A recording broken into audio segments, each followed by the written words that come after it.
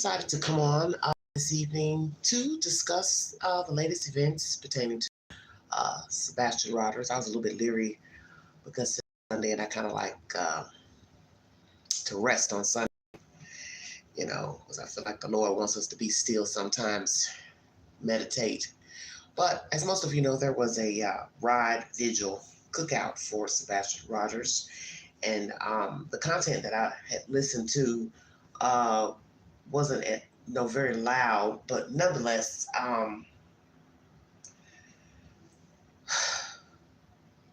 was a beautiful day. Beautiful day, Tennessee. Beautiful day there. Beautiful day here. Great day to be out, celebrating, paying homage to a child currently missing. And I just wanted to get you all's thoughts if you've paid attention to any of the content today pertaining to the gathering for the child. Just curious if any of you've paid attention. Sorry about my screen. It blinks out. Just curious if any of you've paid any attention to the gathering. There are a lot of people, it seems, had bikes, out on their bikes, vehicles. So someone was paying attention, wanted to ride for the child, which was a great thing. So I decided to come on for just a little while, just to get you all's thoughts on the event and chop it up with you all for just a little while.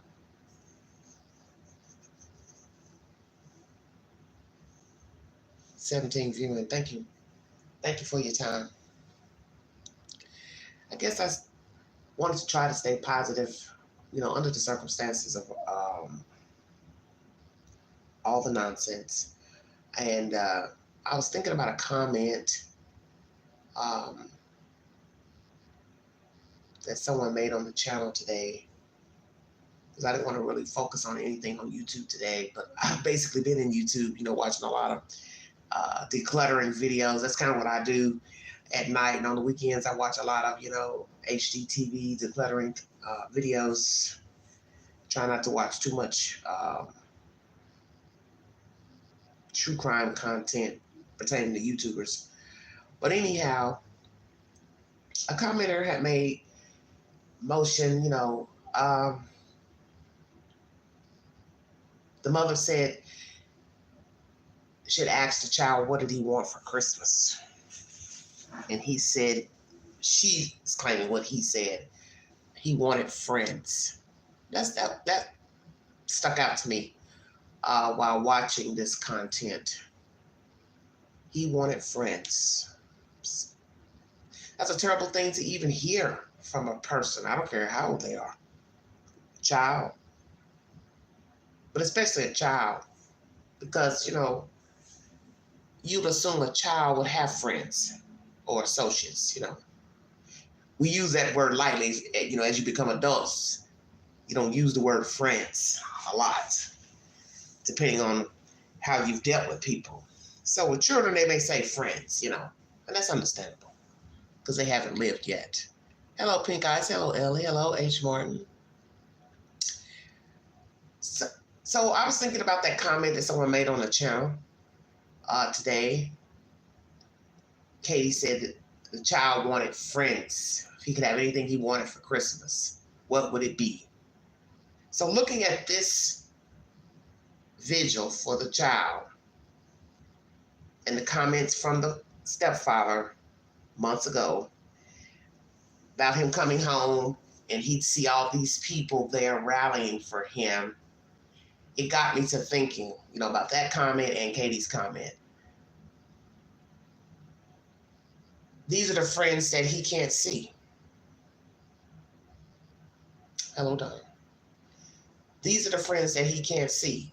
These random strangers from God knows where, Tennessee, maybe some other places. 2 YouTubers were there that hold a lot of content pertaining to this case. It's sad. It's sad for a child to ever say that. Hello, Scott. I want friends for Christmas. Well, you had a lot of friends here, wherever you are, Sebastian Rogers. And that's what made really looking at this content even more depressing. It was a great day, naturally, beautiful day outside, great day for riding a bike, all the elements for being out, enjoying oneself, no matter what you were doing. But the fact that he can't see these people, he can't hear these people, it's quite depressing, really. Homage, good idea, great idea, yes. But when you think about why you're there, you have to own it, because you can't sweep it under the rug and pretend it doesn't exist, that a child is missing. And the fact that a parent would say all he wanted were friends, if he could have a Christmas wish. How terrible is that? How terrible is that? To want friends. So then you have to ask yourself why he didn't have any friends. Is it because of old past deviances done to the child? The mother was afraid to have him out and about, hanging with other children, or afraid that he would do something to another child? What is the truth? I wanted to stay upbeat today. That's why I didn't really want to jump on and talk about anything, because I did want to bring you all content pertaining to Sean Puffy Combs, but I didn't have the strength and the perseverance to even tackle that. I could barely do this live here because I was just letting today be my, lazy, relaxed day. No YouTube content, because I don't think Sundays is a good day to go live when you're talking about foolishness. But it's dark now, so I said, well, I'll go ahead and get the live over with. Just, be done with it. I don't have to talk about it later in the week. Yes, Ellie, very sad. And that's something else I want to discuss as well, since it's now dark 30. Barbara. Exactly. Katie, Christopher, where were you? I'm sitting here looking around while he's panning the camera around, showing everybody the content, and I'm thinking, well, where are the parents? So it seems to me this is all for nothing to some degree as far as unification. Let me be clear what I'm saying. As far as unification between the parents. Because I don't see that it can get right.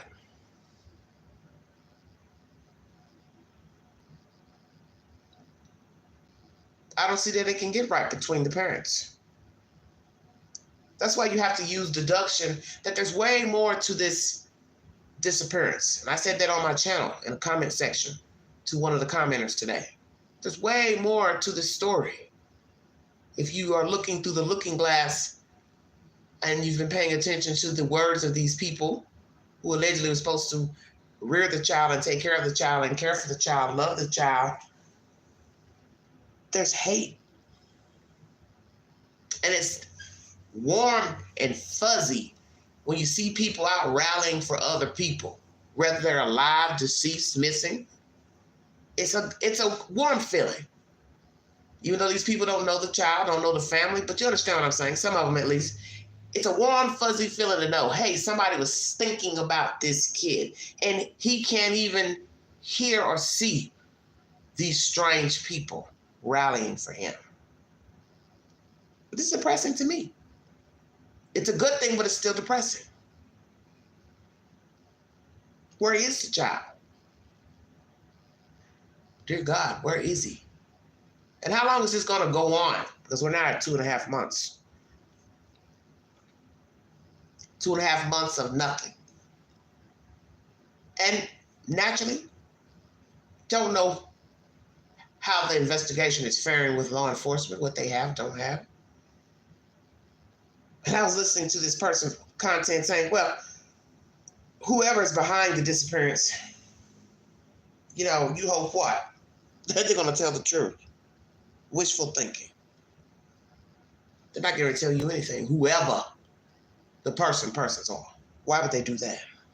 They've had ample enough time to say, yeah, I know what the child is. Whoever has the child or has knowledge of where the child is, whether the child's alive or deceased, whoever's behind it, let's say, they've had ample enough time to say, well, I think I'll go ahead and tell you all what happened. So what happened? Enlighten me. Enlighten the masses. Green was my grandmother's favorite color. Sure was. She liked the color green. And green is a natural color, naturally, because the earth is full of greenery. I just don't really know what to say anymore.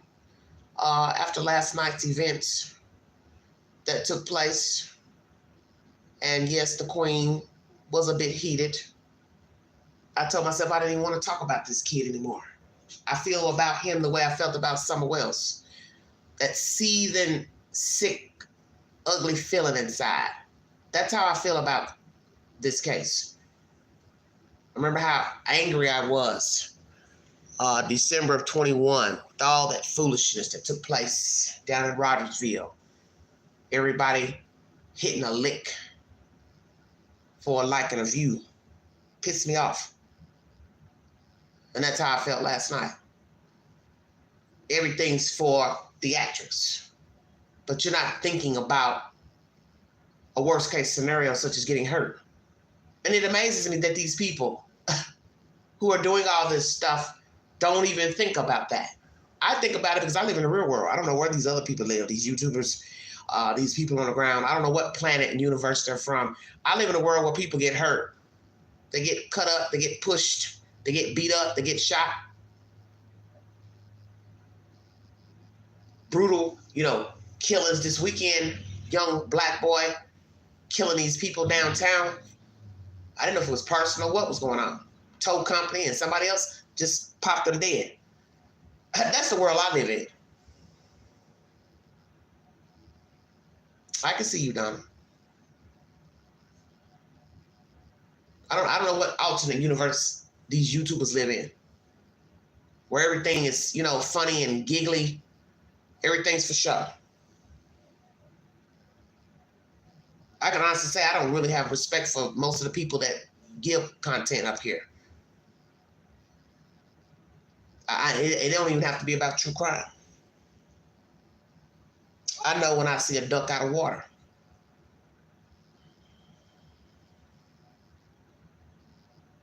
And there's always an excuse. Just as grimy as the people who we think hurt the child. You understand what I'm saying? Everybody's got an excuse for their behavior. Well, I did this because of this. And you just don't understand. You don't know what the Queen understands. Because you don't know me.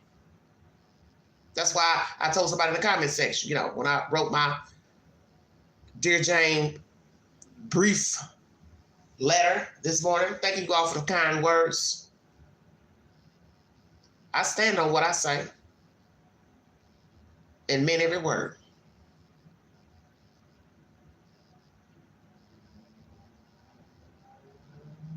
I don't want to be with the wicked because I can do that right here in Knoxville.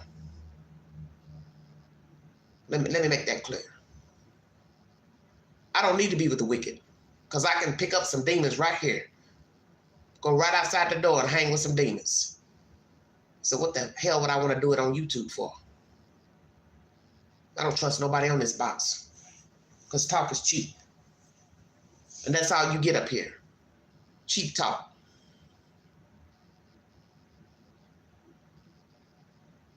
Where is this child? Lord have mercy. Where is he at?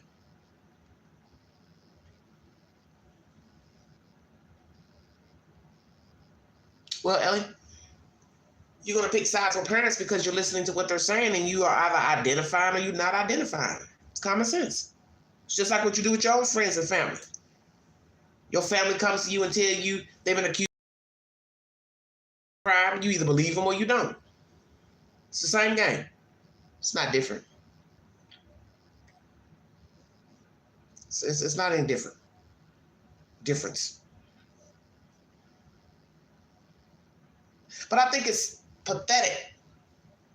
Random people out here, and the biological mother, you are nowhere in sight to bask in this vigil for your child. But that's expected.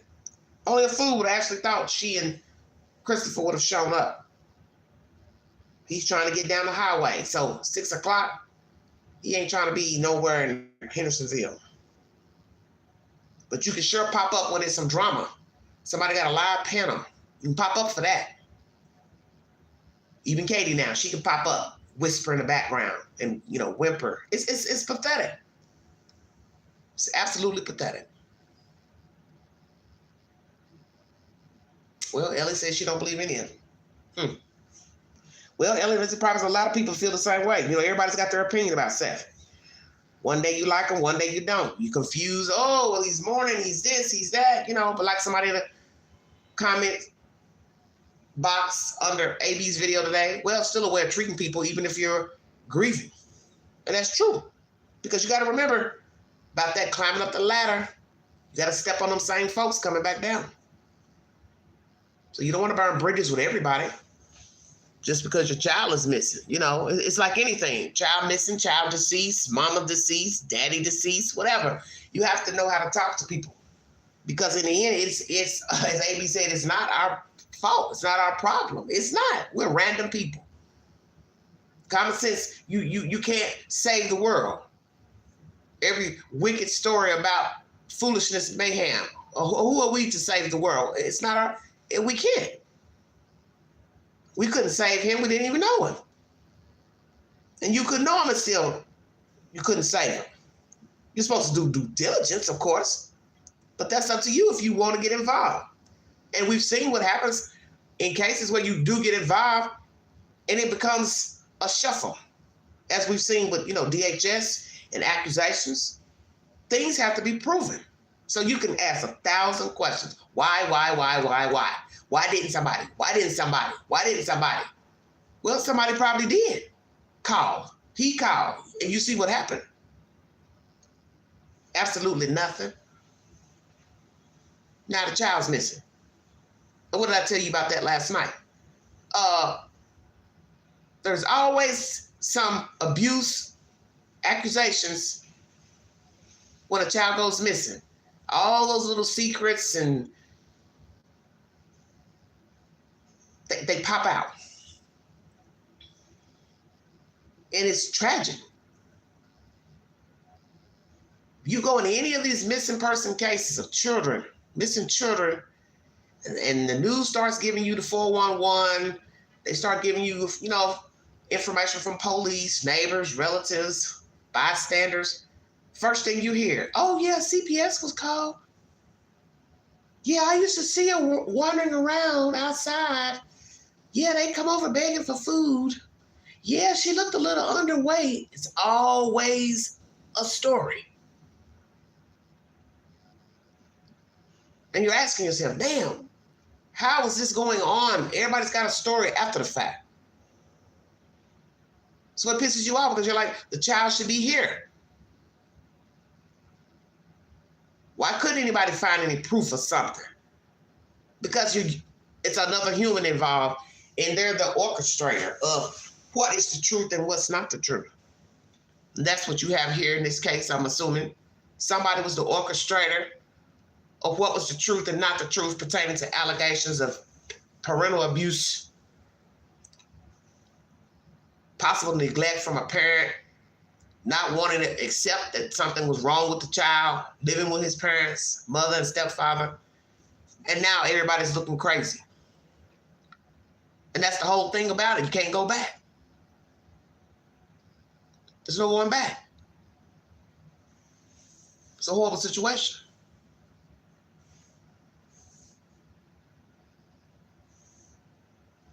Well, Randall, I don't know. Well, Elliot, everybody don't have discernment. Frankly, I think discernment is a gift. I don't even know if you can teach a person discernment. Because, you can tell a person 1,000 times, Hey, beware of this. Hey, look out for this. Hey, be mindful of this. And they just go straight into the abyss. Eyes open, wide. Don't care. And the point is, once again, you don't know people. And this story is exemplary of that. Everything falling out the cracks, coming up through the through the ground is evident. You don't know people. You don't know who you're listening to. You don't know what to believe. And it's hard to have empathy for people when you believe, they're not truthful. You've seen that they're lying, or you hear that they lie, or they act out, for no reason. You're saying to yourself, okay, now what the hell's wrong with this person? What is your problem? I don't even know where this case is going. I pray to God that law enforcement has something. Lord have mercy, put an end to it already. Because this is some nonsense. Utter, sheer nonsense.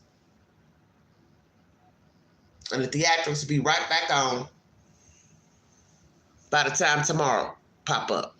It'll be some more drama, some more nonsense, because people feed on it. They thrive on it. It's like oxygen. They need it. Gotta have it. Gotta have it.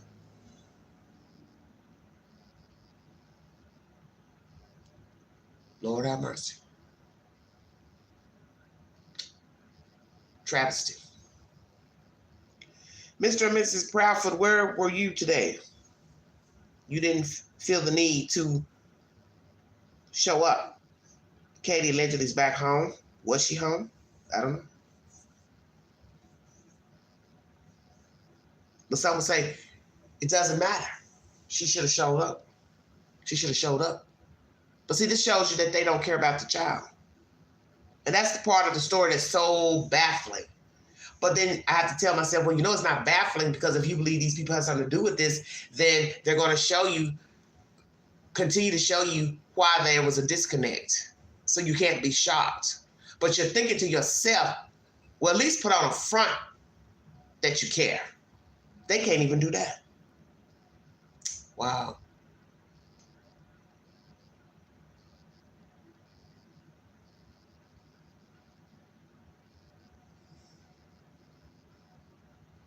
Well, pity.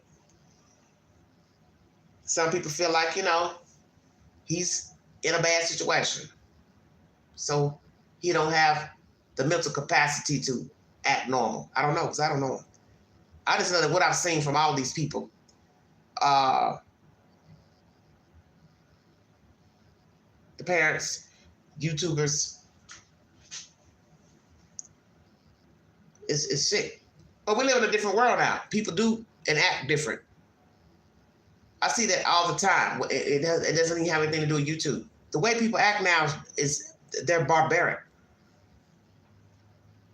They're selfish, they're self-righteous, and they don't even care about anybody but themselves. I see it all the time.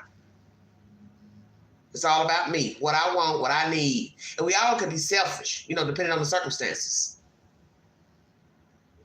And you have to preserve self, because self is number one, allegedly. But there comes a time when, damn, you got to act like you have some empathy. And you don't see that here, pertaining to Sebastian Rogers. And you don't see it a lot of times in most cases, because that's the whole reason why the child went missing or becomes deceased. It's because nobody cared.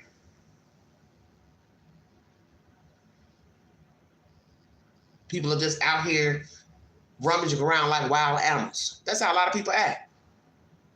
Always in something, always doing something, never take a day off, never take a day to break, never take a day to breathe. They in something 24/7. That's why there's more to this story than what you're hearing.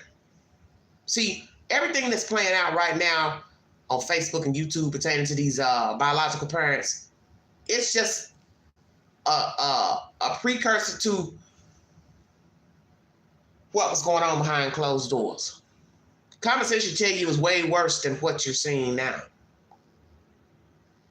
Way worse. Way worse. That's all it is. Way, way worse. And that's the scary part. Besides the child missing, besides assuming that he's not even alive, it's just imagining what he went through before he met his demise, if indeed he's not alive. And we're past the 72-hour mark of having viable information. And once again, I don't know what the police has. I can't say that they don't have anything. I can't say they are not doing their job. That would be unfair to say they're not doing their job. That's just something people say because you're not getting the answers that you want. They don't have to give you any answers. For all we know, they actually have suspects. But you have to prove that somebody has done something. Now, many cases have gone on an indictment, circumstantial evidence. But they like to have something because you don't want to get something thrown out just on circumstances. And you can easily get something thrown out on circumstantial evidence. You want something ironclad, fiber, skin cells, hair. You need that. Video, text messages, data. You need that. Because you don't want to be looking up, they arrest somebody and then boom, before you know it, the DA is saying, well, we got to do this and this. We'll try it again another time. No, we don't want that. We don't want that. We don't want that at all. Where is this boy? If only he could have seen those people out there rallying for him today. He would have been proud. He would have been proud. He would have been elated that somebody thought about him. And that's a terrible thing to even imagine, being a child and feeling alone. And that's something I also said on my channel in the comment section today. I said to someone, can you imagine what you don't know? And it looks like, talking about him not having any friends, him wanting friends, that they all are lonely. I'm going to say are, just in case he's out here alive. They're all lonely. Have you all not noticed that? The child was lonely. Can't tell me you're happy every day, you don't have no friends. How much Twitch and video games can you play? Come on now. It's no different than watching the internet all day, watching a TV all day, cable all day. Damn, you got to get up. You got to go do something. Can't sit in the bed, lazy boy all day. But you got people who do live like this, though. They're content with the recliner, remote. If they could wear a diaper and never go to the bathroom, shit, they would. Just keeping it real. Somebody needs to retract that. You do have some people that are content laying in the bed, eating, watching TV all day. They get up and go pee, go to the refrigerator, come back, get in the bed, get back in the chair, they're content. But he's a child. So he went to school.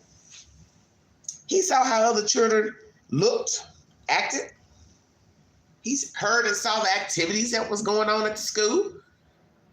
And I just find it sad and pathetic that's one thing you have not heard about this child from the parents. What he was doing at the school.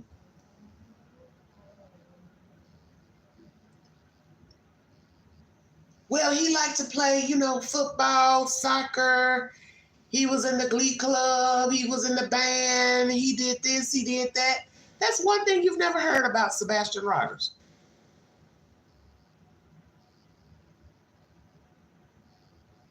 You hear this all the time from random people. You could be in Walmart, the doctor's office, People love to talk about their kids. I've had people just pull out pictures of their children and they grown. Well, my daughter's getting ready to join the police academy and let me show you her picture. And I thought to myself, who does this? Only in the South. But I'm sure they do it all over the world because people are free with information now. So I ain't gonna just say it's in the dirty South. People love to talk, tell all their business. But just pull out your phone and show me your daughter. You don't even know who I am to show me your daughter. A grown daughter. She wasn't a child. But that's my point. People just randomly pull out the phone, show you their kids. Let me show you my grandbaby. Let me show you my kids. Don't know you from a can of paint. But did they do that with this boy? Just whoop, pull out that iPhone. Hey, let me show you my son, Sebastian. Let me show you what he's doing with himself. Oh, he's doing this, and this, football, soccer, basketball. No, there were no stories to tell. No good ones. No accolades to brag about.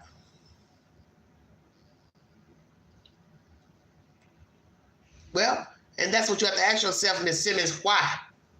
Why was he not engaging in extracurricular activities with other children, neighborhood children, school children? Whoever heard of not hanging with your friends from school? The only time you don't hang with your friends from school is one, your parents won't let you, two, you don't have any friends. I don't ever remember not talking to a friend from grade school all the way up to high school. And that's on God. I talked on the phone with kids from school as a young person, middle school, all the way up to the day I crossed the stage, graduating school. So I don't know what that's like not to talk to my friends from school. I don't know what it's like to don't go meet them somewhere at a function for school or extracurricular. You know, I grew up in the city and I had birthday parties, sleepovers for my birthday party, kids from school, their parents, living room full of girls. So I don't know anything but that. So you gotta ask yourself, did he have sleepovers? Did he go sleep over anybody's house as a teenager or middle school? If so, if not, why? You don't hear any of that in their conversations. Everything is about everything else, and it's so disturbing to me.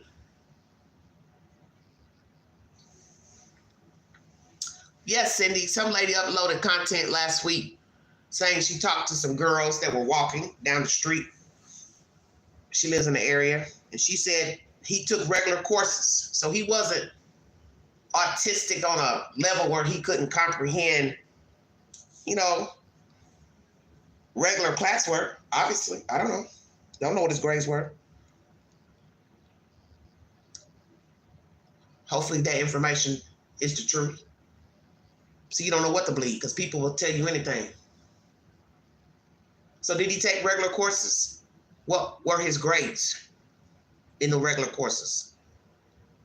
How many courses did he take that were, below average? Curious about that. How did he act in school? How did he talk to the teachers? How did the teachers interact with him? How did he interact with the students? Vice versa. Did the students like him, didn't like him? Did he have problems with one or two children? What was his life like at school? Because imagine if your home life isn't good, you can't wait to get to school. Usually. That's usually where kids, they get excited to go to school because home life is horrible. But then they can get to school and act out because home life is horrible. See, get to school, you may not want to act accordingly because you don't look like other kids. You don't have the things other kids have. Nice clothes, nice shoes. You're going to school with your belly aching because you're hungry. Mom and daddy aren't feeding you for whatever reason. So that's the whole thing about being a child. Everybody behaves differently. You can have 3 kids and they're all polar opposites. They can favor, but they don't act the same. Maybe that's what he needed. Brothers and sisters at the house. Somebody he could bond with.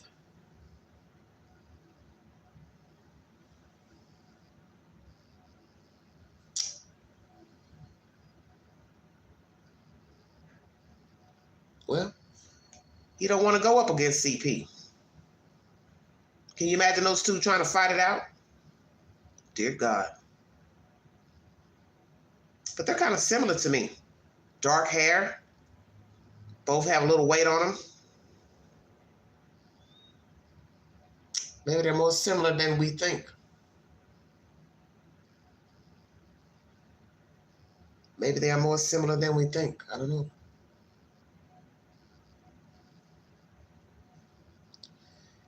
Katie chose Chris II. Sebastian was gone. She said she was going to accompany him for work. He didn't even know if he was going back to work. Well, actually, you might want to change that. Christopher was chosen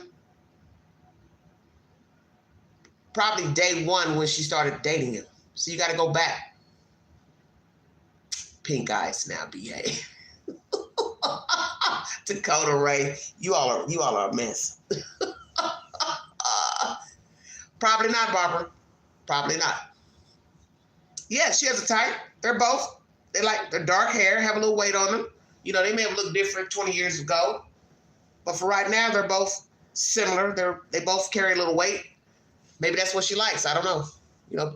You always have to remember people change. They may not have looked like that when they were courting her.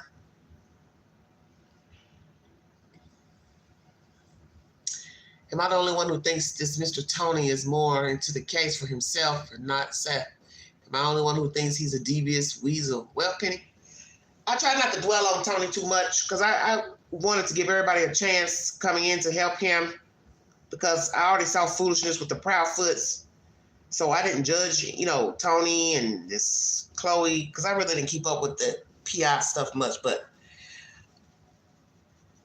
I just think, truthfully, sometimes it's best you just go your separate way.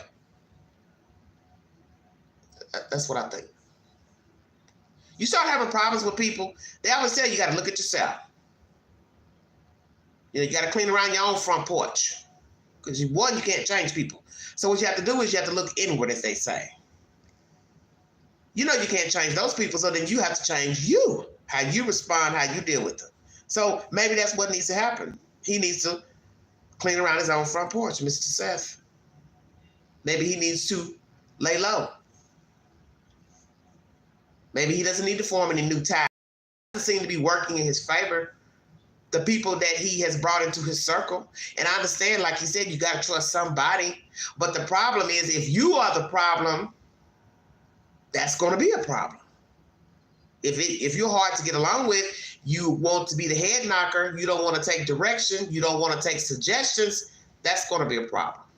Because in the end, you can't put somebody in a position to do something, but then bitch and moan and complain every 5 seconds about what they're doing. Then you have to say, well, I probably need to just do this on my own. I don't have any outsiders. They're using military training to keep their emotions straight-faced. Really now? Interesting.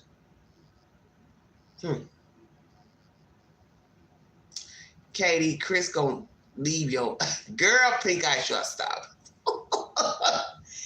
Hey, that may happen. Might.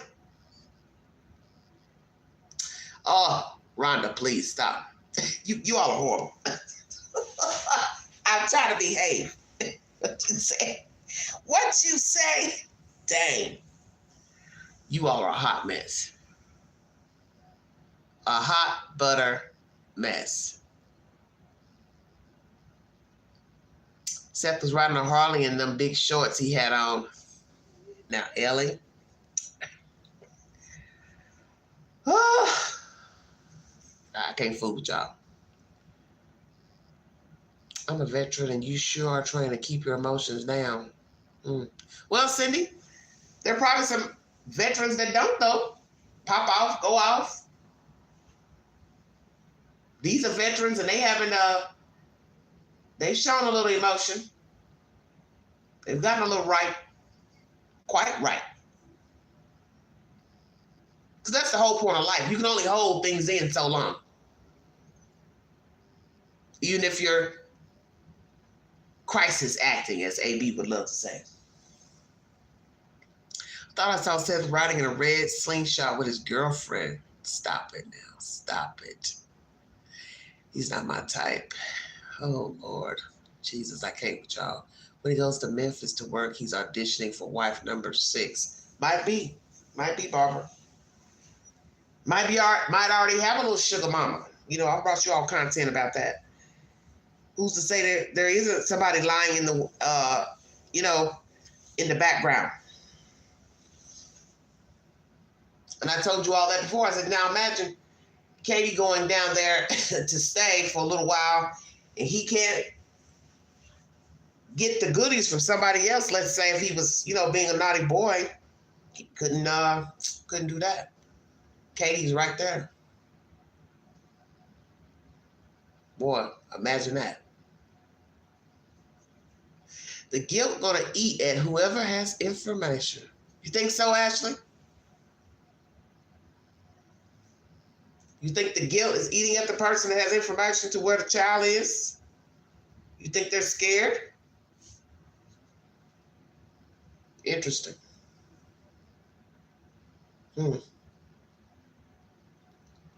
Katie popping Xanax and moonshine, trying to keep her straight.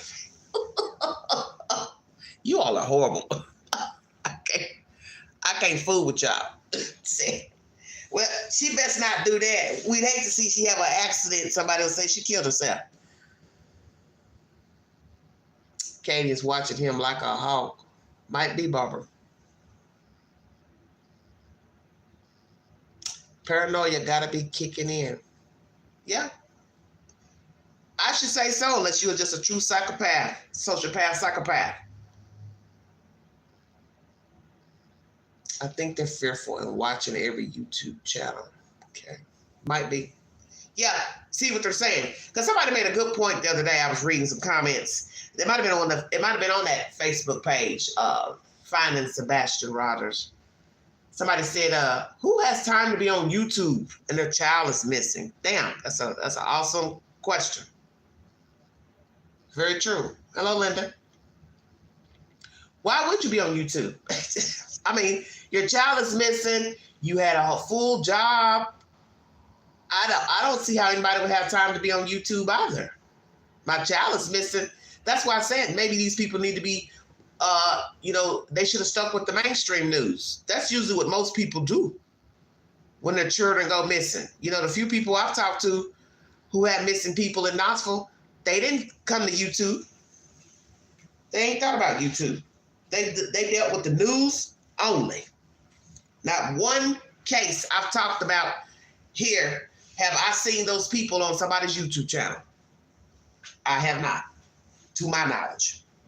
I haven't seen them on YouTube. And I don't know how many people I've tried talking to pertaining to missing people here in my area. They didn't even want to come on YouTube. 1 minute the girl wanted to talk. They had a relative missing. And then, I changed my mind because, I don't want any problems with the relatives. That was another case. And I just thought, what is going on? Because no, I knew what it was. You all are worried about what the street are going to say. Because when you have people who are missing and then later found deceased, murdered, if the people weren't living right, you definitely want to be careful what you say, on a YouTube channel, because the YouTube channel is going that content's going to run longer than a news clip. See, the news don't have time to sit and let people gab and gab and gab and show out and fall out. No. They edit, they cut. YouTube is a free fall. That's part of the reason why many people come to YouTube, because they know they can go on and on and on and on and on over the phone, live stream, panel. You can't do that on the news. Hell no. So if the person wasn't living right, they say, well, we changed our mind. I don't think it's a good idea we talk to you, Queen, because Queen is thinking, okay, what's wrong? But I've done digging. Because the streets talk. You'd be surprised what people say in the street about missing people, dead people. When I covered the story of Chad Carr, oh, the streets were talking mad. People talking. One confident source didn't want to be named for obvious reasons because it would have been a problem. Everybody probably would have came out fighting what this person had to say. But, they were like, he was high the day I saw him. I said, damn, that's deep. But hell, he wasn't a halfway house, so, do the math. You just don't never know what people have to say in the street. Some things that people say in the street are true. Some things are fudged or lies. You have to try to weed it out. But one thing I've learned, you can't get to the bottom of the truth if you're not willing to accept the truth. And that's what I'm learning about people, such like in this story, you can smell the funk and that somebody just don't want the truth out. They're talking around the truth, only giving you crumbs, not even enough for a mouse to nibble on. But there's way more to the Sebastian Rogers story. You can believe that.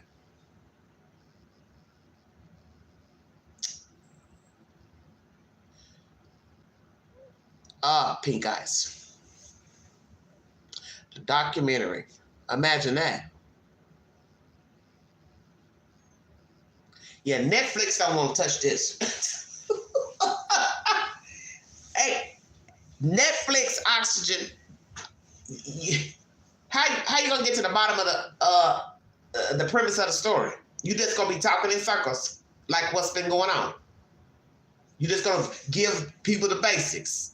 15-year-old autistic, missing from rural Tennessee.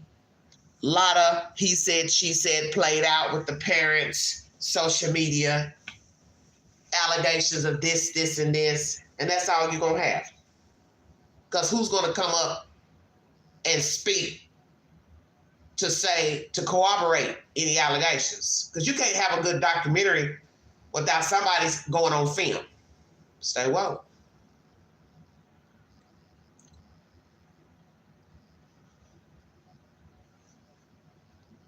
In most documentaries, there's always an eyewitness. Always somebody that says, oh, I know something. And it's just a matter of do you believe them or not. But with this case, let's be truthful. If Netflix or Oxygen, A&E got a hold of this story, who's going to be the person to come up to tell a version?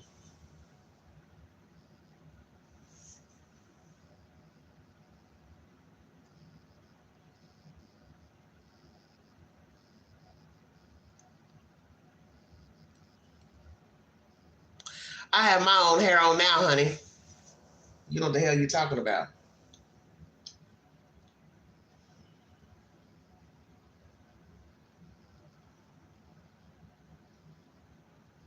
See how ignorant they are? Ignorant.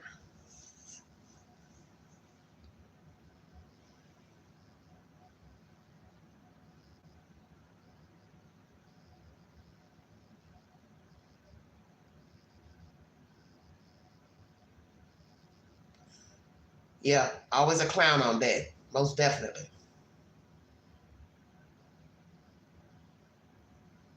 Always something.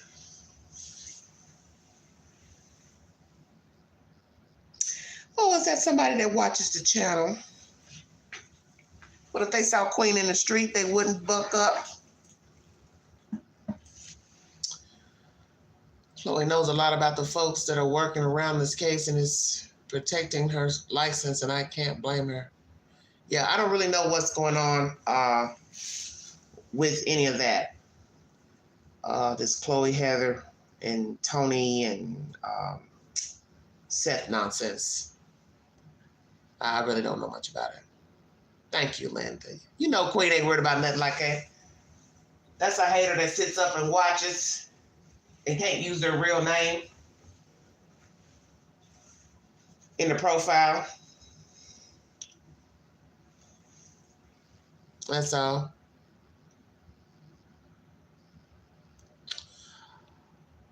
She was getting too close. And elaborate, Dragonfly.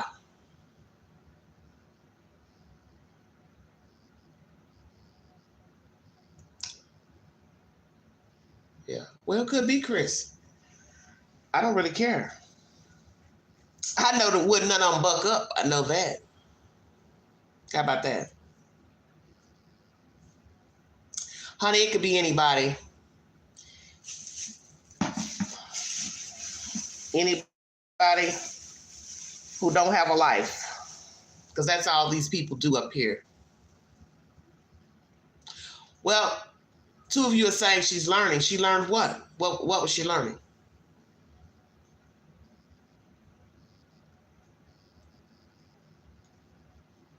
Well, whoever it was, they should have better things to do than troll this chat. I got me. You know, I ain't worried about none of these folks out here. Not worried about none of them because they're not talking about anything. I can tell you right now, from what I've seen, most of the people that talk about this case and so many other cases, they don't have anything going but YouTube. It's obvious.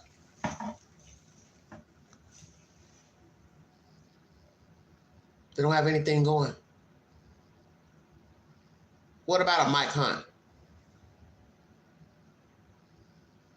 Know what you're talking about. Yeah. A lot of the people that talk on YouTube, YouTube is all they got going. The people that chat, this is all they have. If it's not YouTube, it's Facebook. It's all the same. Their life is built around this box. And that's a dangerous thing. It's all you have going. You're in bad shape. Because it can't, your life, there's no way you can tell me your life revolve around an iPhone, iPad, and a computer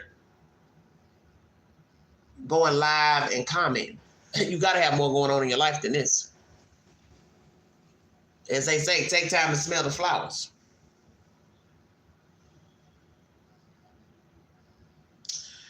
Seth has never had a job longer than 7 months at a time in his whole life. I'm sorry, I'll lay off him now. Laugh out loud.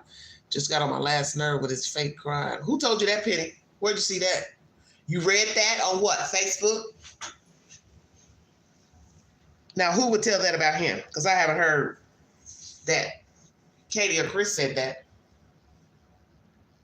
So who would say that about him?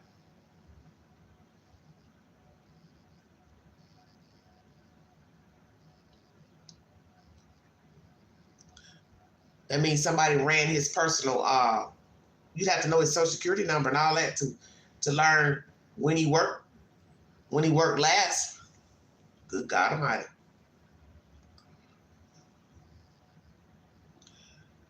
Pink Eye said that's not true. It is in bad shape for some. I'm too busy to keep up, rely on people like Queen to keep me in the know. Yeah, GG. But GG, see, I don't keep up with all the shenanigans that go on with these people. Like all this stuff with the handler and all that other stuff, the K9 handler and this stuff with the PIs. See, a lot of that stuff was playing out on Facebook, and I don't stay on Facebook like that. Trying to, read the pages. And I said I wasn't really going to be going on that Finding Sebastian Facebook group because nothing that anybody is repeating is the truth. So what would I be reading? It's no different than the creators. Somebody had a video up today saying that who's going to be his new PI. I mean, his new spokesperson, PR, excuse me. So the first thing I thought, well, where are you getting that information from? That he's got a new PR person. He was just on a live with a certain person last night. So what, he fired him last night? It's crazy.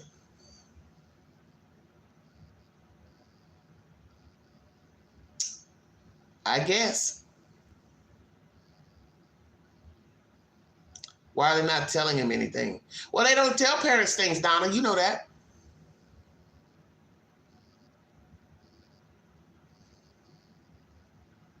Hey, Jess.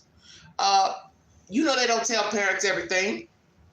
You know, you got to always remember, An investigation starts inside and then works its way out. That's protocol in any missing persons case or death, murder. You always start inside. So inside would be the family, neighbors, friends. And like they say, when we have exhausted all measures and we don't think that anybody inside is a suspect, culpable, then we work our way out. So what I'd like to know is, where are the detectives as far as the investigation? Because they already let you know, okay, we've searched, we've done this. Okay, we're not doing the investigative side. Naturally, they didn't say it was criminal because maybe at that time they didn't have anything criminal to say, oh, it's a criminal investigation. I would assume if they had something criminal, they wouldn't have a problem with telling us. You know, maybe, maybe not. But you always start inside. That's any case. I don't care who the victim is. You always start inside.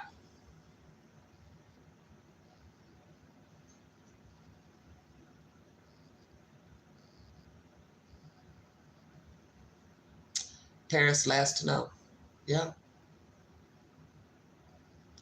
Very true, actually, unless they are having a secret indictment and don't want anyone to flee. Well, I don't see them going anywhere. I don't see them going anywhere. I don't see them going anywhere. They need their jobs. They need their lives. And as you see with the Proudfoots, Mr. Chris likes to be seen and heard, and he has a grandiose personality. You know, he ain't nothing but a white boy version of Puff Daddy. So he likes himself a lot. He's not going anywhere. Seth isn't going anywhere. Let him tell it, he's barely living. So he's not going anywhere. They're not going anywhere, honey.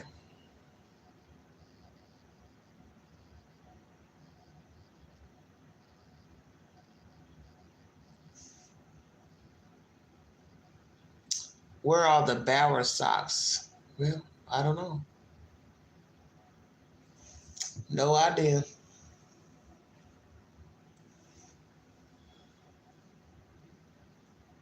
Good question. Who all was at the vigil that's related to the Proudfoots and Katie? Did any neighbors show up from the neighborhood? That's a good question. Did any neighbors show up? Darn good question. I think about the neighbors who have been talking, giving information pertaining to the Proudfoots and allegations of abuse. I was thinking to myself, how can you live next to the person or across the street knowing he knows you've talked? It's dangerous. I think I'd be kind of fearful for my safety. I'm just saying. I don't think, that's why I said nobody's thinking in this case. Now, to give information, wonderful. But did you go to the police first before talking to a YouTuber? Because it doesn't count if you come to YouTube first. That's not the way you conduct business. You have information pertaining to a child or a victim or a missing person, you go to the law. Then if you want to come to YouTube, that's on you. But I'm not getting ready to come to YouTube first and somebody say, oh, but did you call the police? Did you notify a detective? No, I didn't do that. That's going to make me think you're not telling the truth.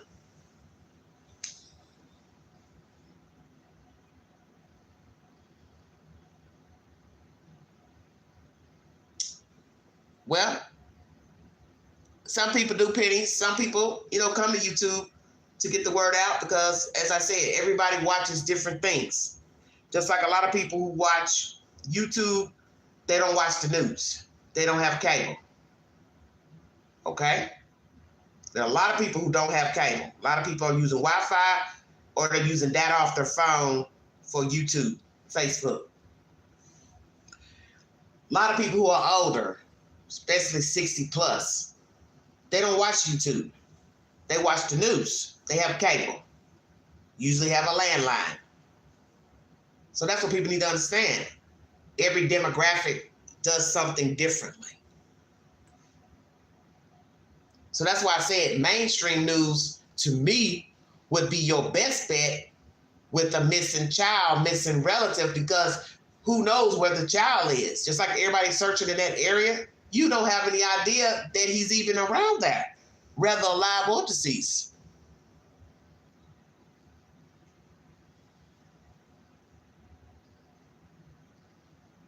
See, that might be why that woman wanted searches vetted, because I was thinking, hey, all this nonsense coming up with pants, glasses, good point.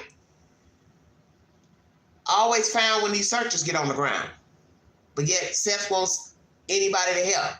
You know, he said that. I don't care who helps. I don't care who helps. Well, you should care to some degree because, one, you don't know people. So, yeah, you're taking a chance by letting any random person come up and search. But you have to admit it's strange. All these people finding stuff, but it ain't no relations to the kid.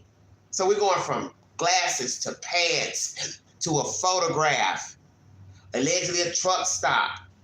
But police have never came on the news to tell you any of those things were corroborated and factual. And that's a problem for me. So I started to wonder if somebody is planning stuff on these searches to get attention. Because I keep trying to tell you, there are a lot of lonely people out here. The people in the story are lonely. You think the people that's coming to search and the YouTubers and the chat box, they ain't lonely? You see clout chasing every day in the chat. Oh, I called the news, I called the sheriff, I called the people at the bank, I called the reward fund, I did this. And you know, I'm not with none of that. I don't believe in all that clout chasing like that, because it's borderline psychosis. And a lot of people don't see that. When you got to take credit all the time, that means there's something missing in your life. That you got to be seen, you need validity. And I was thinking that last night, listening to that mess on that woman's channel, all that nonsense. Somebody wants to take credit for SEBASTIan ROGERS. Well, you getting a story out on YouTube. People are going to talk about it regardless. Whether it be the news, Facebook, YouTube, it's all the same. You can't claim the story. You'll get mad. I was the first one to talk about SEBASTIan. Come on, you're too old for that. You know, everybody wants to be the first to break something or bring it out to the forefront. But you got to use common sense. Lots of people piggyback off of people's content on YouTube. That's just the way it is. You see a story or you see a video somebody made, you get curious, and then you say, okay, I think I'll make me a video about that. It's public news. It's just the way it is. But when you start bragging about it, you the first person to get the story out. I believe that young boy did that, Trevor. I don't like that. I don't like that at all. Now you acting like you want credit. So that, you know, naturally saying that made Seth even more angry. That's why I say you got to think before you talk, before you speak.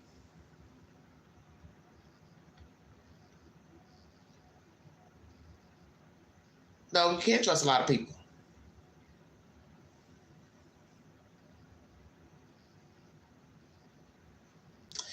That's what I'm saying. There's groups treating this like a little race and not a search and rescue. Well, it is a race. That's all it is. It happened with the Summer Wells case. It happened in the West case. It's happened with other content, you know, because I don't talk about every missing child that other people talk about. I pick and choose which stories I want to indulge in. And the higher the profile, the worse it is. As you saw with the Riley Strain case, the game is the same. Everybody's got a theory of this, this, and this. Somebody said something, they bank on it. Somebody saw something, they bank on it. And then they just run it in the ground without any proof. That's why I don't jump on everything that's said in a story. Even with the Riley Strain case, I didn't run and bank on everything that was said. I asked questions. I want to know who this person is that found a debit card or found something. You should be asking that. Because this case right here is a prime example. You found glasses. You found a pair of pants. You took a picture of the boy or what looked like the boy. And ain't none of them found it. That's my point. And some people will ride it in the ground. It's true. It's true. Yes, it is. It's him. It's this. It's his pants. It's his glasses. Riley Strain. Wore it out about the shirt. And I told you all that. How in the world can you bank on a shirt? Because some woman saw a homeless man in a shirt that looked just like the shirt he had on. And then poof, voila, he floats up in the shirt. I was stunned. I said, oh my goodness, you gotta be kidding me. The dead man is in the shirt.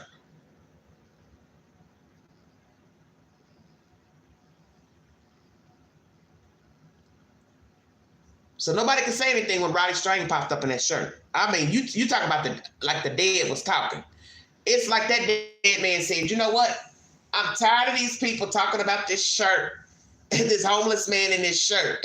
I'm getting ready to float up out this water to show them I am wearing my shirt. It just was like mind-blowing. When they said he had that shirt on, I was like, oh my goodness. Now you all can shut up about the shirt. So I felt like once he came up with the shirt on, you couldn't believe anything else anybody else had to say in the city.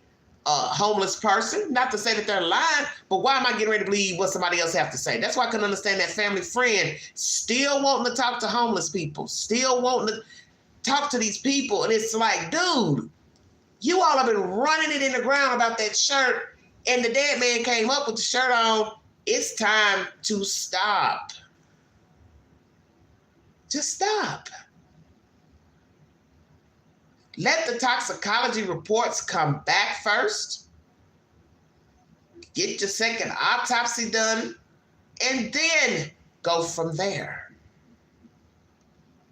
But you chasing a needle in a haystack on assumptions. You need to have facts first to say foul play.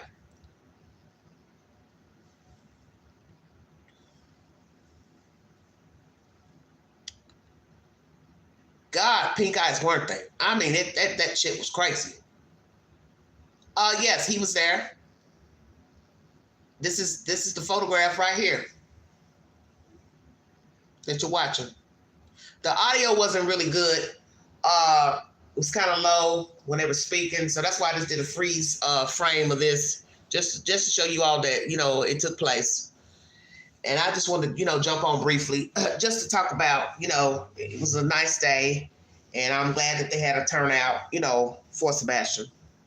And I basically just wanted to get you all's feelings on, what you think of the vigil if you watched it. How do you feel about the case?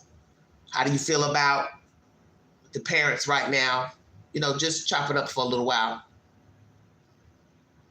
Hello, Pinto. You're welcome. I thank you all for tuning in. Yes, it was a very good turnout. Very good turnout. Yeah.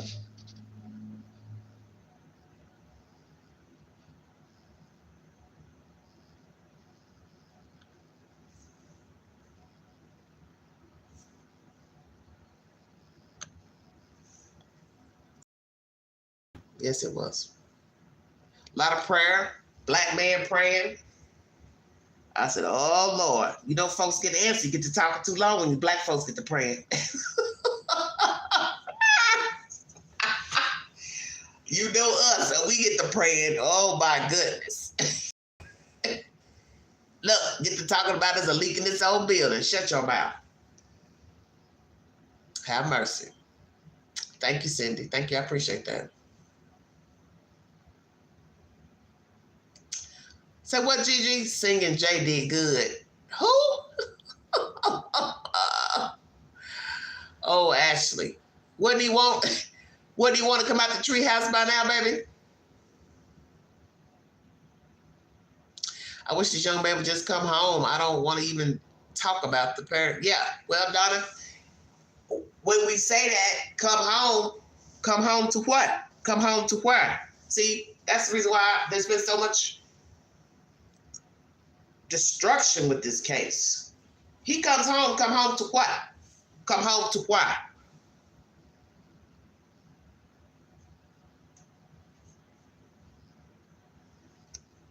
Where would he be going? To whom?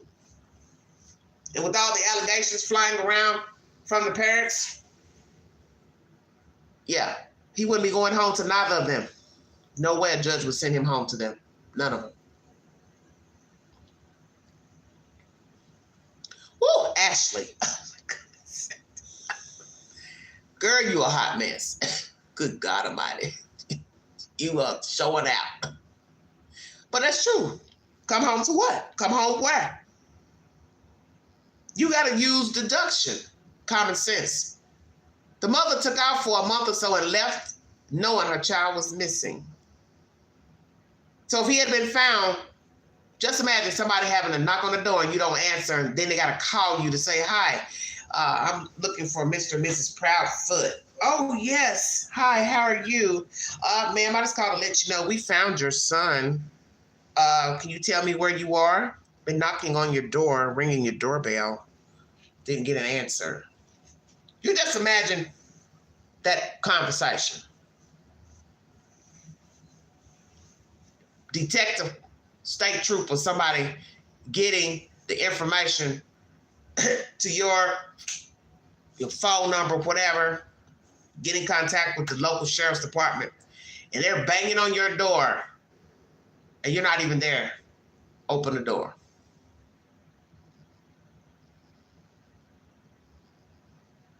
That tells you a lot about these people. And then you run and sit up at YouTube like YouTube is, the Marriott. That's how they act like. That's how a lot of people treat YouTube. Like this is just some fine, swanky hotel up here. Where are you going? Oh, I'm going to the Marriott.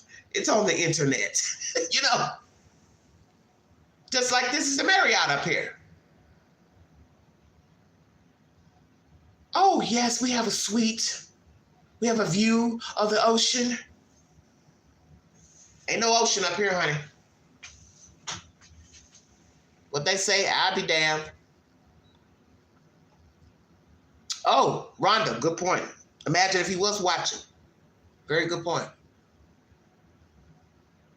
Yeah, Gigi, that's funny, ain't it? Doorstep to doorstep, 3 hours, 39 minutes. Interesting.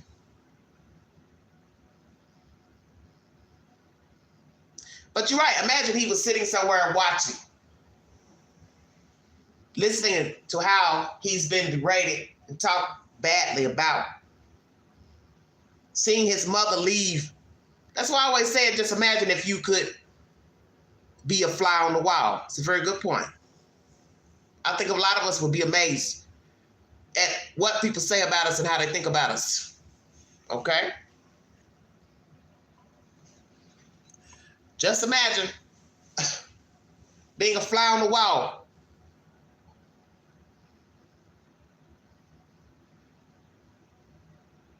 Just imagine if you had already crossed over,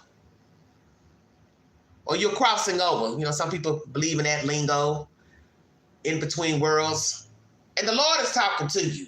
The Lord is talking to a small Sebastian, or this 15-year-old Sebastian. Sebastian, do you want to come to heaven with me? Or do you want to go back down there? It's your pick.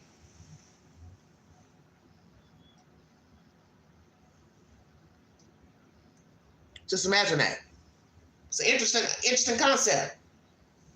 You know how people talk about going to the light when they had an accident or something? They thought they died, came back. Just a role play with the queen for a second. The child is in between worlds, and he's talking to the Lord. And the Lord is saying, I can send you back. Do you want to go?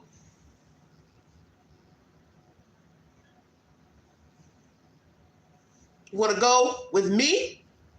Or you want to go back to the Proudfoots, your father? Boy, that'd be a hell of a conversation. My goodness. Lord, have mercy.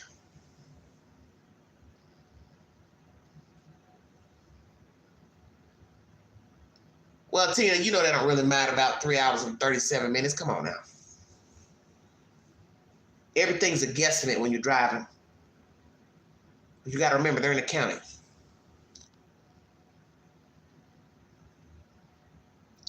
But see, the thing people don't think about is the mind of a child. A child will say, Perhaps, yeah. I want to go back with my parents, even though they know their parents were not nice to them, cruel to them. You see it all the time. Social worker asking the child, hey, what's going on? You like it here? They lie. No, they're not happy. They don't want anybody knowing that they told social worker, somebody else, they're unhappy because they don't want it to get back. And they may actually love their parent, even though the parent has not been nice to them.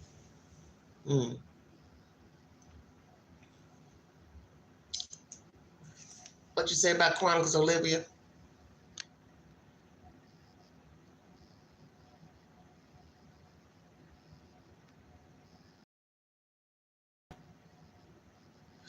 What gets me most, Sebastian sees the essay stuff. Well, yeah.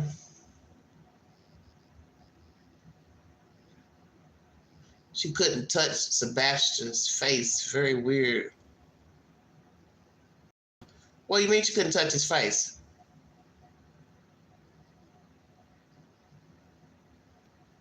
I don't understand what you're saying, honey.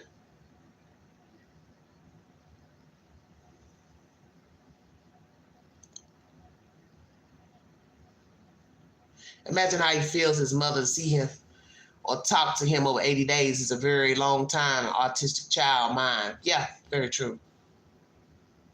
You know, I had somebody comment on my page, on my channel last week, you know, talking in circles about him haunting the house. I don't know where this person was going. I think they were kind of illiterate. This is not to be rude, but they were just talking, run on sentences. Then they would repeat themselves in another comment. And I thought, Jesus Christ, who is this commenting? And they were talking about the house being haunted. And I was like, what are you talking about, Ellen? I thought, haunting the house. So basically, you must be saying that the child is dead. I never responded because I didn't know where the hell they were going. I don't know. Maybe that's why she don't want to go back. She didn't want to stay there. I figured she didn't want to stay there because the Cajun Navy was coming. Because that was right around the time Cajun Navy was coming to Hendersonville. So I figured she said, let me get the hell out of here. Because I don't want them banging on the door and watching and people looking. Because she knew with YouTube, Cajun Navy coming, that would bring other people getting on the ground. And people would probably start, you know, going by the house, filming, looking. But now, thinking about that commenter who commented about 2 times last week saying he's haunting the house. I thought the person was losing their damn mind. I thought, what are you talking about? Hell, maybe they're on to something. Maybe that's why she didn't want to be in the house. Because something did happen in the house. Let's say they did make it home. But that doesn't make sense because they say they don't have video footage of him. So you at least say, our last spotting is of him going in the house with his mother, but he could have been in a car. She pulled up and you couldn't see in the truck because the truck sits high, that Infinity. So you wouldn't see him because he's not a big person. And I don't know, she could have put him front seat, back seat. Don't know if there's tinted windows on the truck. So let's say he made it home. There was an altercation or a deliberate homicide. Hell no, she wouldn't want to be at that house. My goodness. Wow, wow, wow. He's in there. He's in there. Because imagine she's sleeping in the house by herself. Her husband is gone. Chris is away. 3 hours away. 3+ hours. Almost 4 hours, let's say. He can't do anything for her. She starts hearing things. Starts seeing things. Tapping at the door, tapping on the window, shit moving around inside of the house. Hell yeah, she'd be scared to death. But then somebody say, well, why are you scared of your child? You scared to be in the house where you unalive the child? How does that work? That defeats the purpose of unaliving the child. You want to be here? Free. I want to be free. You all remember that song? Oldie but goodie. Because that's a price for freedom, is it not?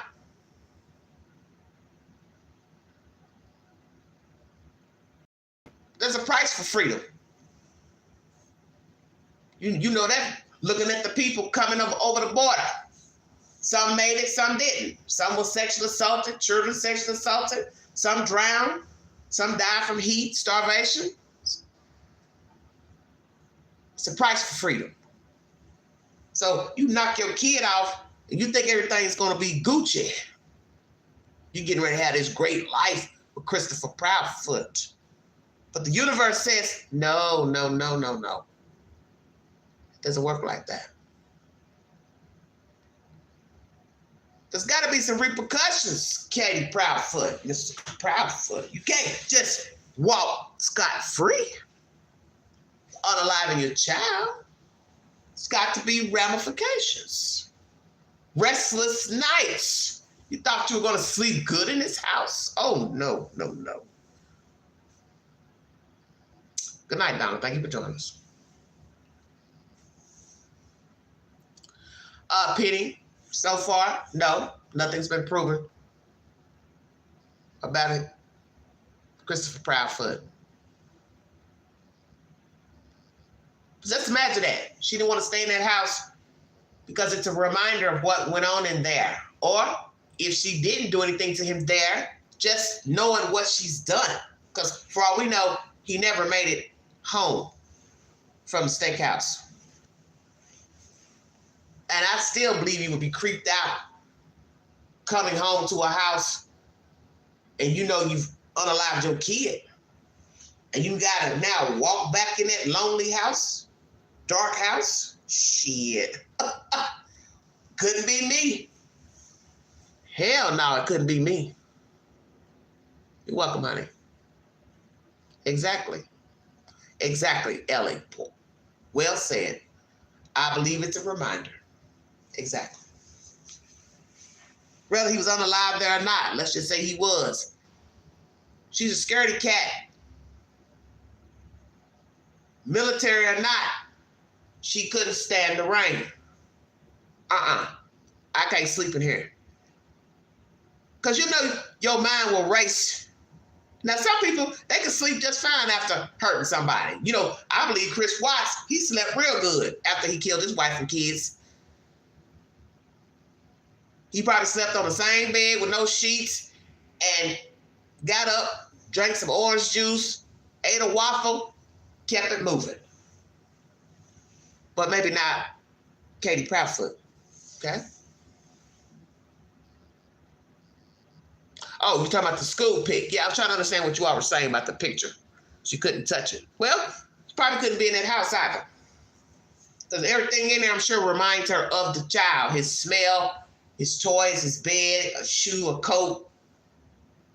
So that's why I'm saying that sometimes you think you're going to move on from something, but it doesn't always work like that. So let's just say she did unalive the child. He helped her. He orchestrated, however it went.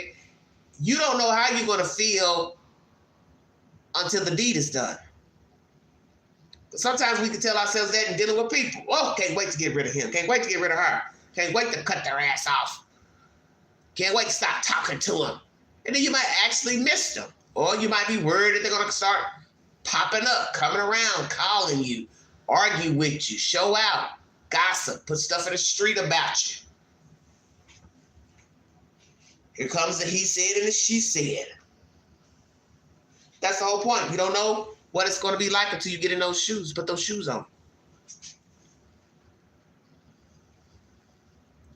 Why are they not putting pictures, balloons, candles, the sidewalk, Sebastian home? Wouldn't people want to know the boy from that house is missing? I have banners in my yard. Good point, Ashley. Well, you know what's interesting is Seth was bitching on somebody's live stream about the last vigil, the people didn't have pictures up. You know, maybe it was last minute planned, so the people didn't have any posters of the child. But I don't know if I saw any posters with this situation because, one, nobody's going to be riding a motorcycle with a banner. Who's going to be doing that? Nobody. Did anybody bring any pictures, banners to this vigil? I didn't notice any. Might be some flyers because it do look like there's some paper on that stack of paper on that table with the green tablecloth. But you're right. Where you live, you would think somebody would have a sign. I think they got a little small one there. A guy, he did a little drive-by last week on his channel. He rode the neighborhood a couple times, and I think there was a small sign, I think, if I remember correctly. Or if it was from some other footage there, I did remember seeing one at one time. It was so obvious and it stuck with me. Definitely a signal for some reason. Yes, they did today on the side of the road. Okay. Table with pigs. Yeah, I see a green table, as you all can see. In the background where that lady's standing with the shades, there's a stack of papers. And then I think I see a picture in a picture frame.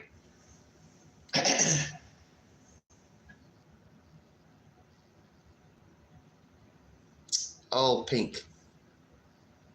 Oh, baby pigs. Okay. Yeah, I think I noticed that when I first watched the video. Sad story. Very sad story. So, before I check out of here, give me a consensus in the chat. Those watching this live stream, almost 100. Do you believe the boy child is alive?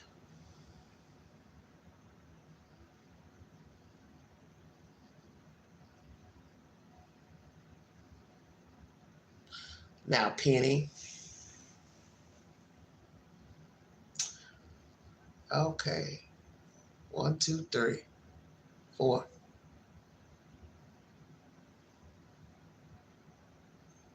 I got 4, 5, 6, 7, 8.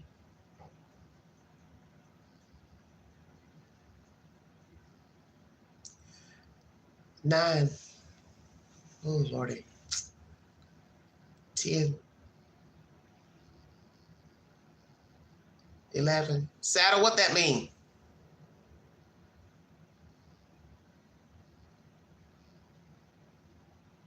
12.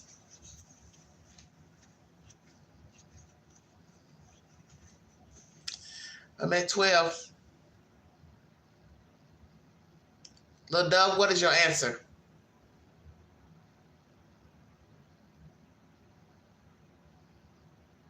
All right. I'm at 12. 13. Hello, Brooke.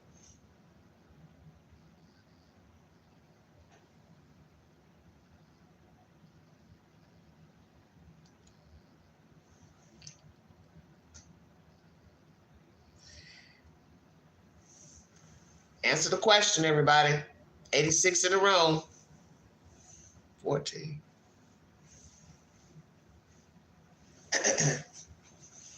Starting to lose count. You all.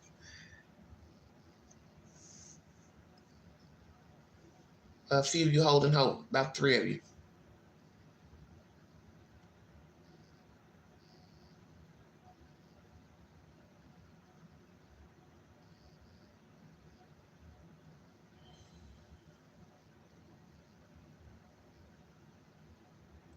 Well, I'm at 14 no's. About 14 no's. A few of you on the fence. Holding out hope. There's nothing wrong with having hope. But just, it's hard to have hope. Especially when you have terrible things being said about the child by the people who are with him. 16.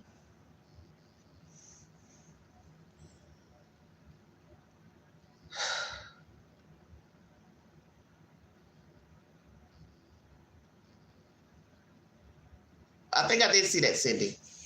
Oh, what's that? I thought Seth had talked about that, about him with directions. Maybe that's something else.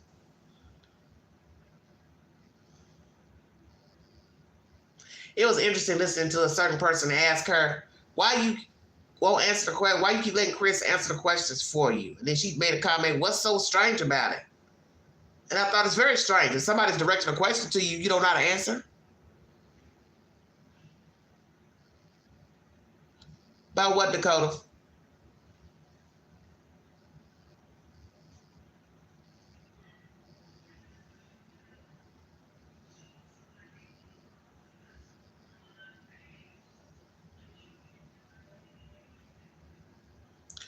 What's my opinion about what? Sebastian, his knowledge of how to get to places geographically. So what are they saying? He knows how to get around? You know, I told you I don't listen to those interviews that they give. What do I think about Sebastian? You mean where he is? I don't think he's alive, no. Now, as I was getting ready to say, naturally, there are people who are alive and we don't know it. Because somebody kept them hostage, changed their name, cut their hair. But somebody's going to have to tell it. That's the point. And I don't see anybody holding him through the family. I don't see that. It's too risky. Oh, Kate and Chris said he was good with directions. He knew the way to get the ice cream malt. Yeah, I thought I heard something about that. Or Seth said I don't think he would know how to just say, get to his house verbatim, you know, to say, well, take I-40, take I-75. But he knows the way. And that's kind of like how I am. I can't tell you mile marker this, but I can get you there. Like I right now can drive to Chattanooga with no problem. But I ain't going to sit here and tell you I know every damn sign name before, on the way. I'm one of those landmark type drivers. I can tell you, oh, it's over here by the Kroger, it's over here by the Chuck E. Cheese. But I ain't getting ready to remember the damn street names and all that. So that's the whole point. He's good with directions. He knows how to get from here to the school because that's his route. He's taking it all the time. And then he knows how to go to the places where they go shopping. So he's going to get used to that. He's going to know that. So that's why I said, and when you look at those little things they're telling you, you have to use deduction. If he was running for his life that night, an altercation, fear for his safety, wouldn't he have the capacity to go bang on someone's door to say, hey, I'm hurt, I'm injured, I'm scared, I'm getting a whooping, whatever? Because my understanding, he can talk. So, he may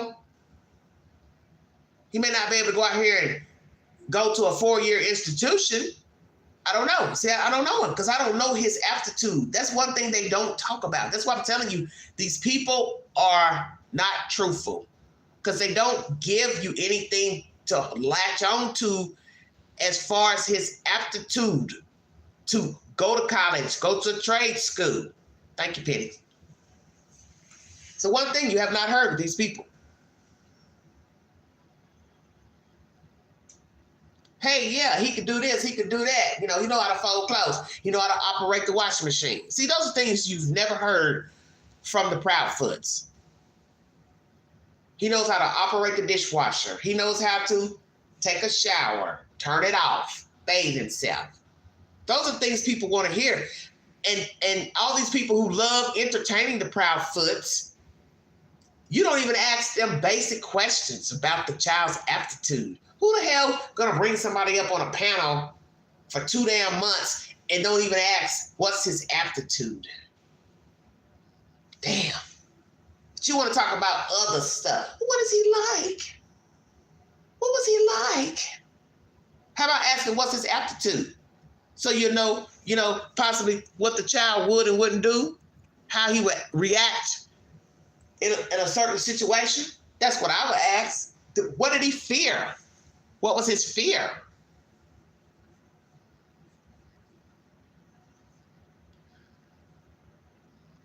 I think I'm on my device. I don't know if I can do it on here. Let me see. I have to look and see if I can do it. I don't know if I can do it on here.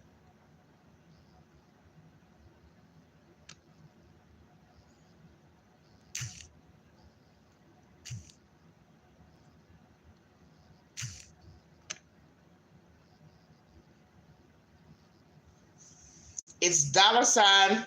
Oh, Lord. I blanked out. It's $ Big Angie 129.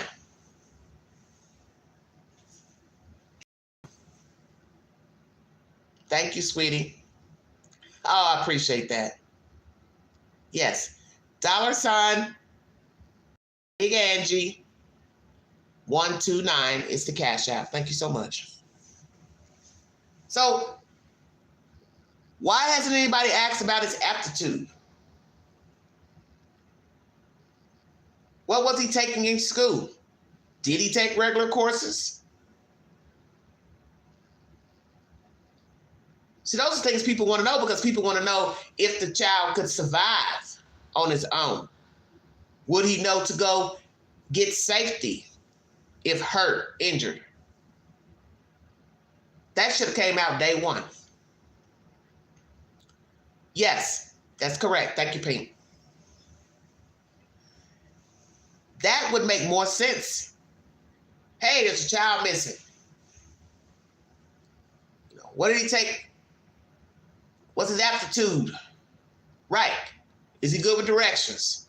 Does he know how to get back to the house? There was a mention about the code to get in the door. Okay, so he can count.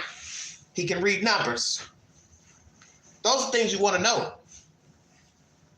about a child, especially a missing child. Hey, what's his aptitude? Can he count? Can he divide? Can he multiply? What are his fears? What did he fear the most? We heard about the ants and everything.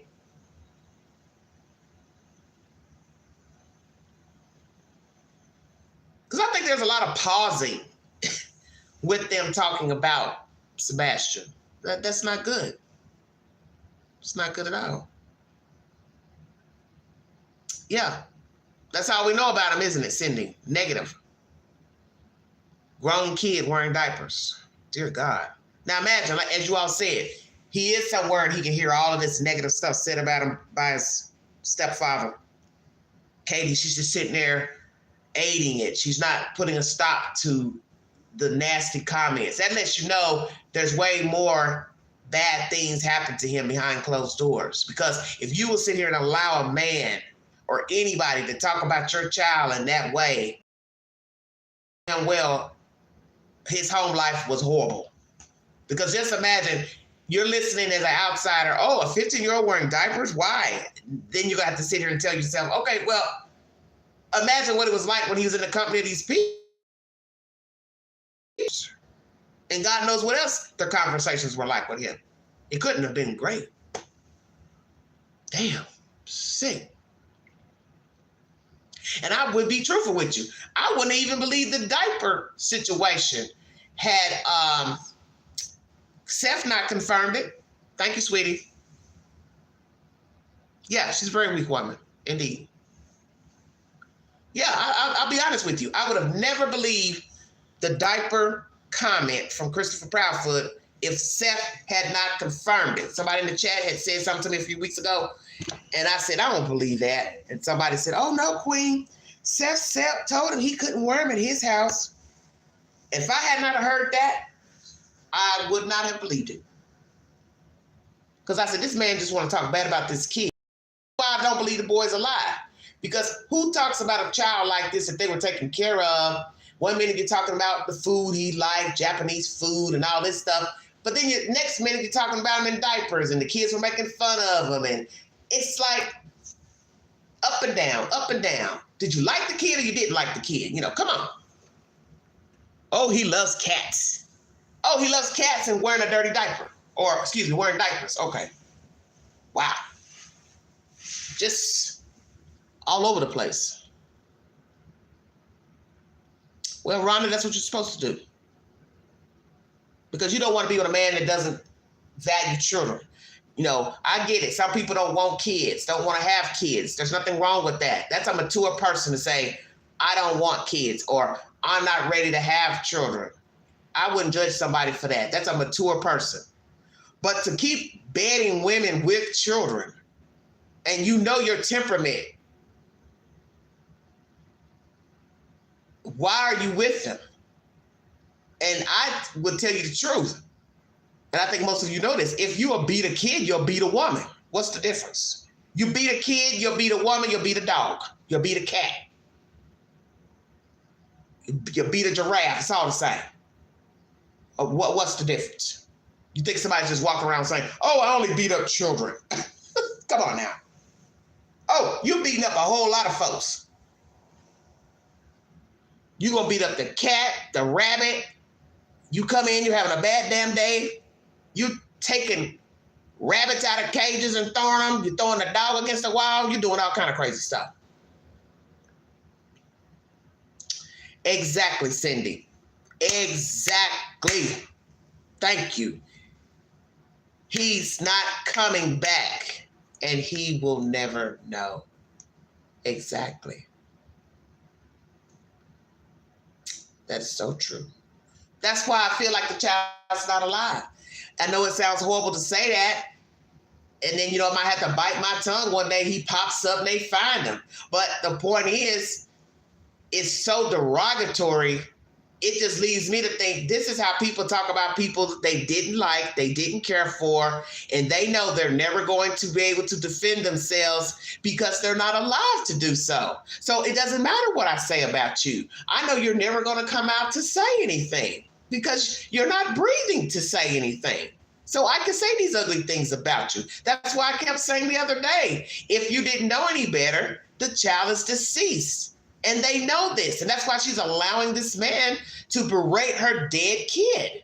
Because he's never going to come back and say, oh, why are you talking about me like that on YouTube? Why are you putting my personal business out here? Because they know he'll never speak. Damn, it's deep. Sweet Jesus. Possibly Penny. And, I've poked fun about that the other day during a live stream. I got a house. I got a nice house. Hey, have you seen the houses in that neighborhood? You need to, there's this guy on YouTube.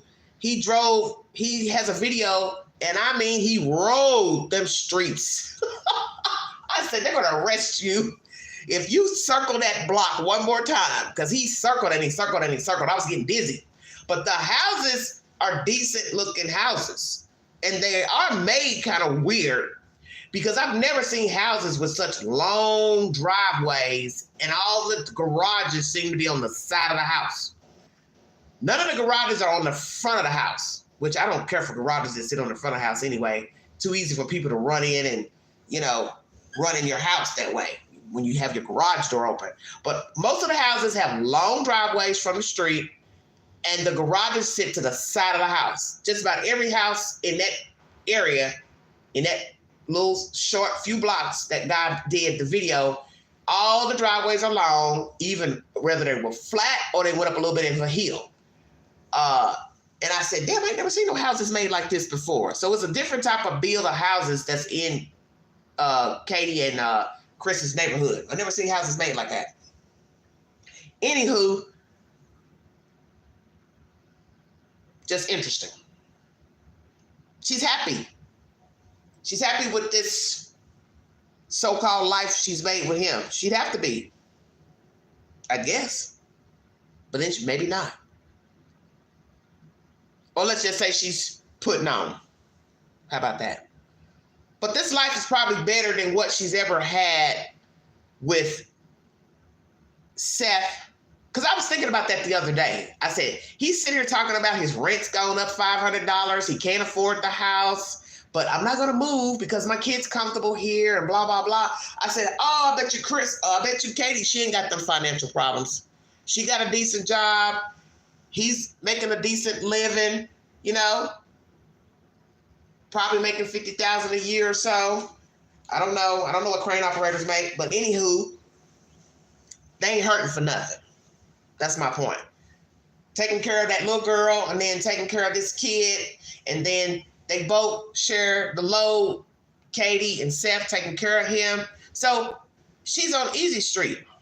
Yeah, she's probably not really happy, Pete. But I'm just saying, she probably likes what she has as far as aesthetics. Let me clear that up. She likes what she has aesthetically, which would be the Infinity truck, the house, the nice neighborhood, a husband that makes a decent income. We already know he's not the greatest thing on earth. He ain't the most handsome man, and he's ignorant as hell. But to her, that might be the best she can do. She picked him, so you always got to remember that. It takes two to tango. So they evenly yoked. So this is probably the best she's had as far as aesthetically. Not saying the marriage is perfect, because you can look at them and see they ain't no perfect marriage. There's no such thing as a perfect marriage anyway. But they don't exemplify a perfect marriage. So Hey, this is the best I've had since dating, courting, making children with Seth Rogers. I got a better life than I've ever had, minus this kid, you know.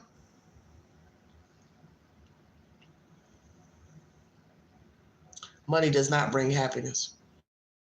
How can Katie be working from Mississippi? Well, she wasn't working, Ellen. That's the whole purpose of leaving. You know, she told Nancy Grace she was leaving and she wasn't going to work because Nancy Grace asked her, well, when you coming back? Oh, I'll eventually come back, something like that. So she told on herself, yeah, I've left my job for a while and I'm leaving this damn house, going to be with my husband because Nancy Grace asked her. No, Nancy grilled her. Why? You know Nancy. Why?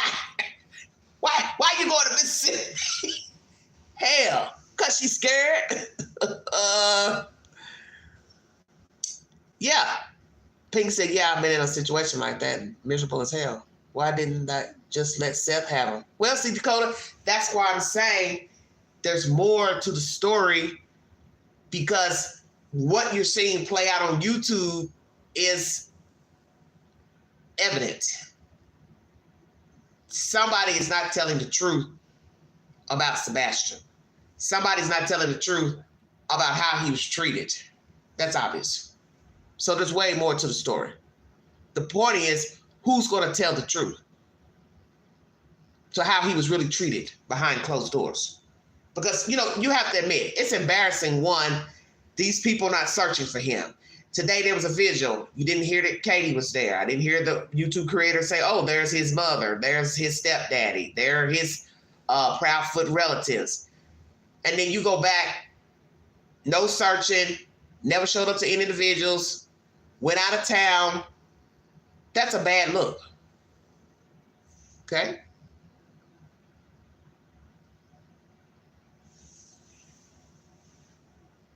Exactly.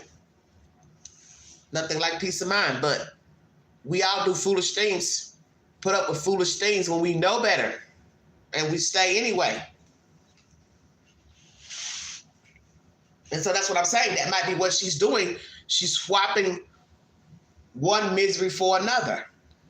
I'm not really happy with Christopher, but he's the best so far.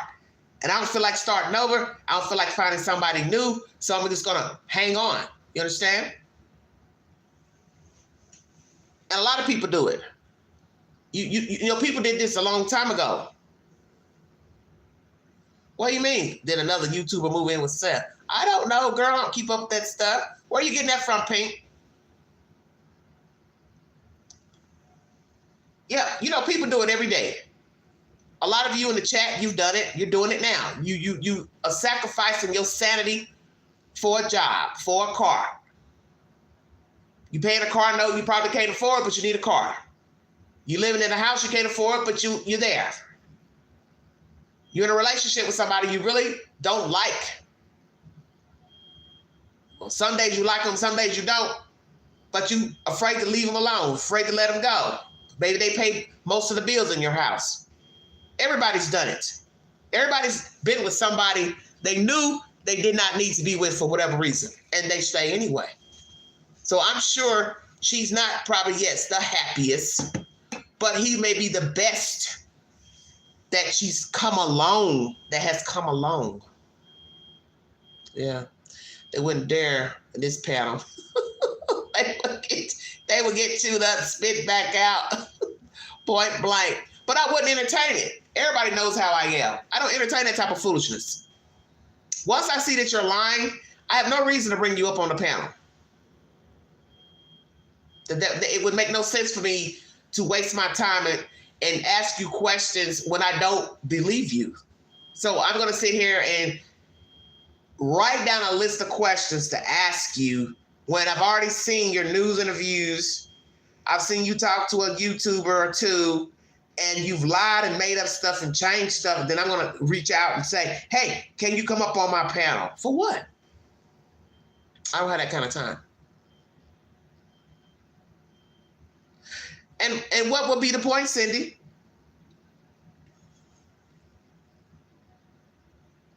What would be the point? They're not going to do it. They're not going to do no more than what they've done with the other YouTubers. And at some point, they wouldn't like Queen. Because I'm going to question you. And I ain't going to leave no gaps open like Court TV and these other people leave open-ended stuff. Where are your child's friends? Anybody come spend the night at your house? Your child got friends in the neighborhood? No, why not? I ain't gonna give you a chance to answer. You know how I get. They ain't gonna come up for air. They gonna drown up here. You will drown up here at the vault. Because you're not gonna even have time enough to think of an answer. When I got through asking you questions, you'll just say, fuck it, let's drop down. She's asking too many damn questions. But that's the point, is it not? Exactly, Linda. Yeah, they've already shown me who they are. So I have no need to question the Proudfoots. Just like with the Wells, I had no need to reach out to them because I saw everything I need to see in the interviews, you know, these different versions that Candace gave to this one, that one, the news. And what would I have to ask her? It would be pointless. They were never going to tell the truth, just like the Proudfoots. It's the same game. Different couple, but same game. I'm not like other YouTubers. It's just so thirsty, you know, for people to watch their content. And you're just going to have people up there that's just spinning lie after lie after lie. And, you know, you've had the Proudfoots on your panel 2, 3, 4 times. For what? To talk about what? To just make up shit and put more lies out there. Berate a 15-year-old autistic kid. It's only for likes and views. Oh, Christopher said this and Katie said this, but is it the truth? That's the point. So you're just walking around, sitting in the chat, listening, skirting around like a rat, listening to this shit, nibbling on cheese. You don't even know what you're listening to.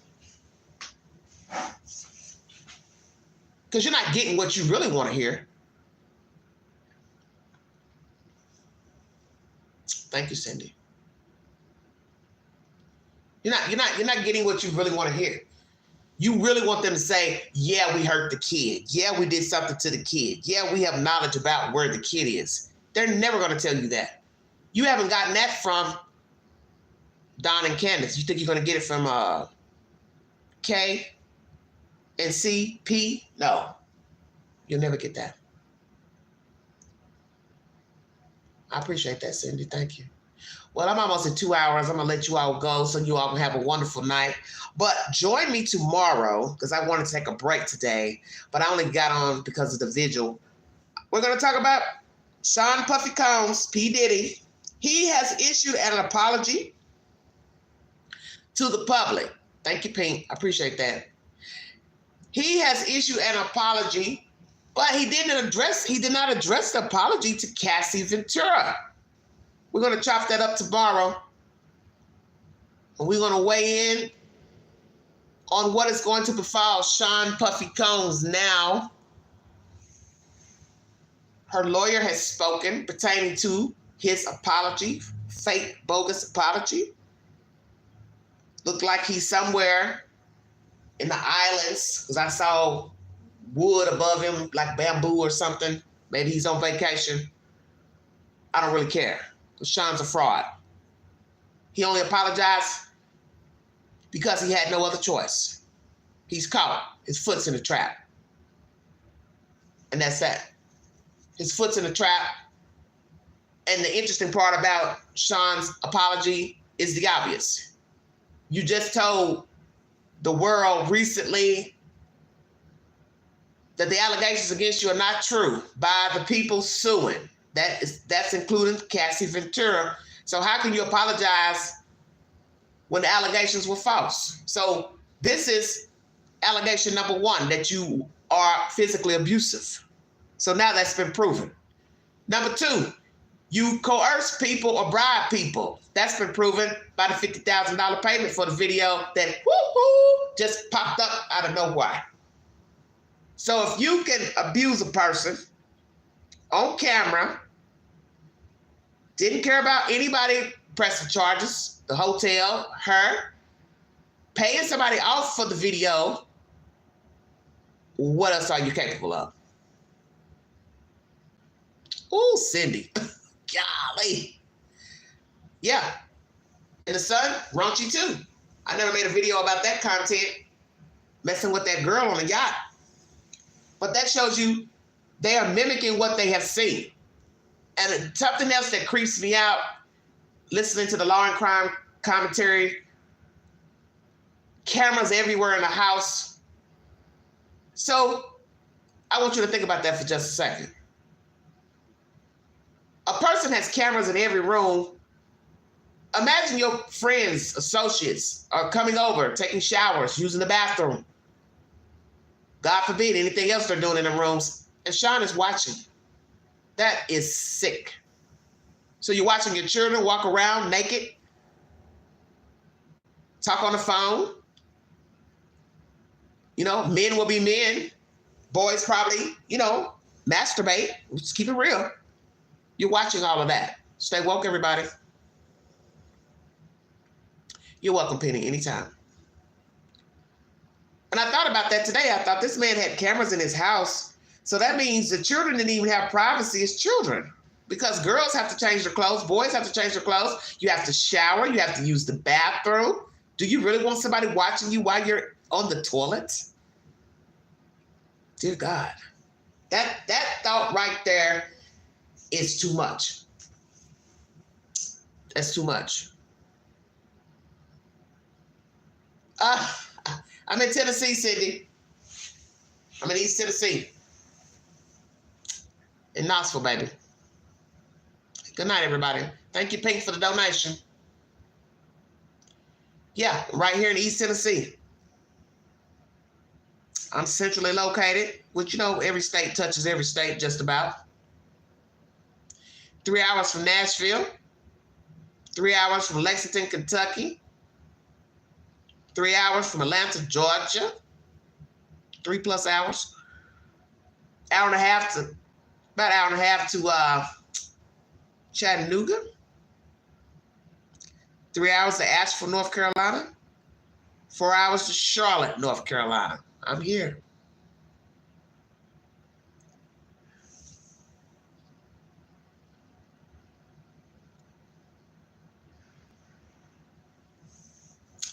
All right, everybody.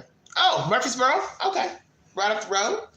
Oh, Pink, you're in Texas. Hello, Texas. Oh, and prayers to you all out there. I know you all had some bad storms. I meant to say that this week. Prayers to all of you, especially Florida, Texas.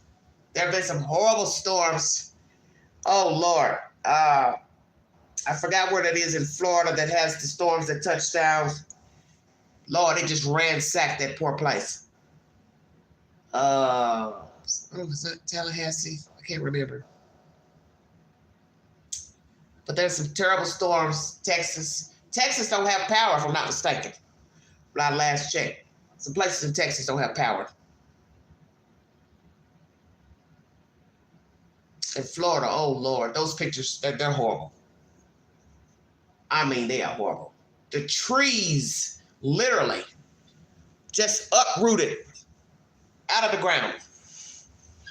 Just a big old hole. Scary. Very scary. Oh, Pink says, yes, lights are still out everywhere. Oh, Pink, where are you in Texas? Rhonda says Oklahoma was bad. Yeah, anywhere flat is scary. When you're talking about tornadoes, and then Florida, naturally is tropical.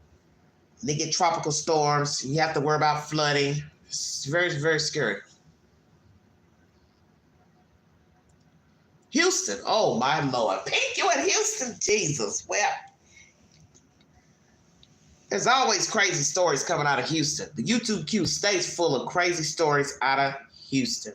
I got a story I might bring you out. That's why I'm glad I did this Sebastian video tonight, because I've got the Puff Daddy video. I want to do it by itself. I don't want to put any other any other content in the Puff Daddy videos. Because I think, a lot of times people listen to my content. If they see Puff Daddy, they don't want to hear about other stories. A lot of people are picky. So I'll do the Puff Daddy video by itself. But man, it's a story I found on YouTube tonight. This doctor, I think he's a psychologist, he did a video about this woman in Florida who opens the drawbridge, and an older white lady fell through the drawbridge. Oh my God. I Googled and Googled and Googled tonight, trying to see what her sentence is, because her first sentence was probation for 8 years and 200 hours of community service. But she violated that. This, the crime happened 2 years ago, 22. And then last year, I believe she violated. So she's supposed to went to court in April this year, but I can't find anything in the Google search of a court hearing.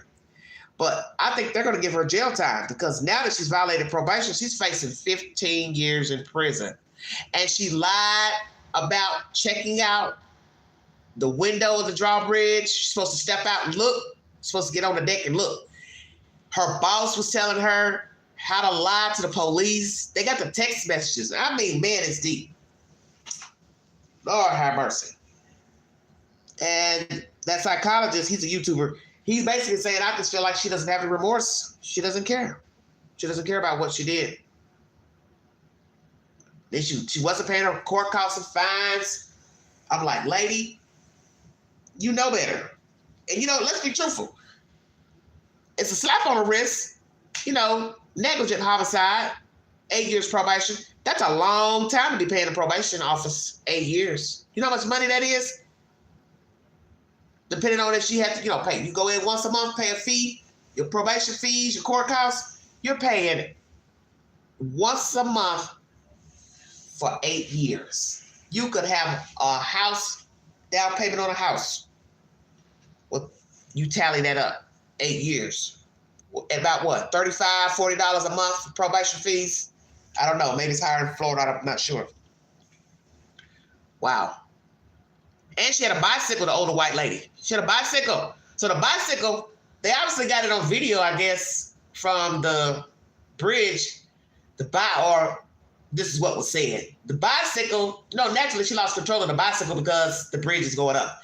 So as the guy who's explaining, she probably didn't think to hold on and wrap her legs in between the rail because she probably panicked. So she slid through the crack. Jesus, that's scary. And then I also shared content from this lady, a black lady, who was driving a truck on a bridge, and Sweetie Pie Low had shared the short. So I shared the lady's, miraculous, they saved her out that truck.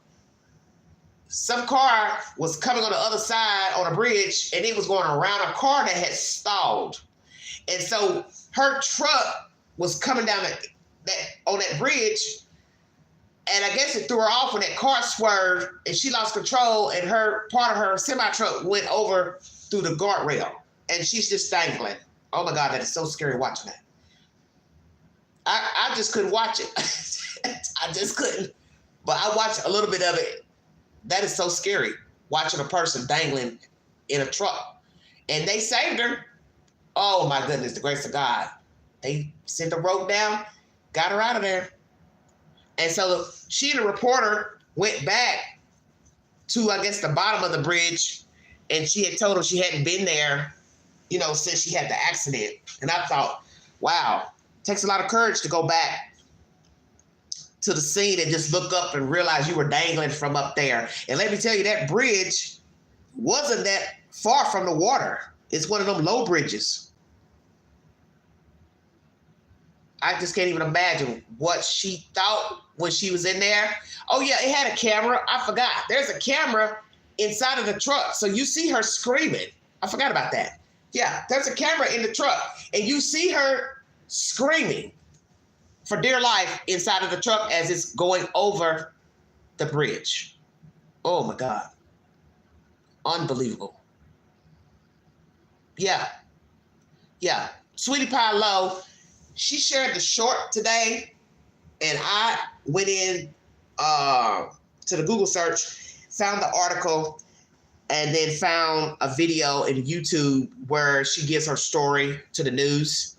and they go to the under the bridge, and she stands under the bridge and gives an interview because she hadn't been there since the accident. So she said she had to, face her fear.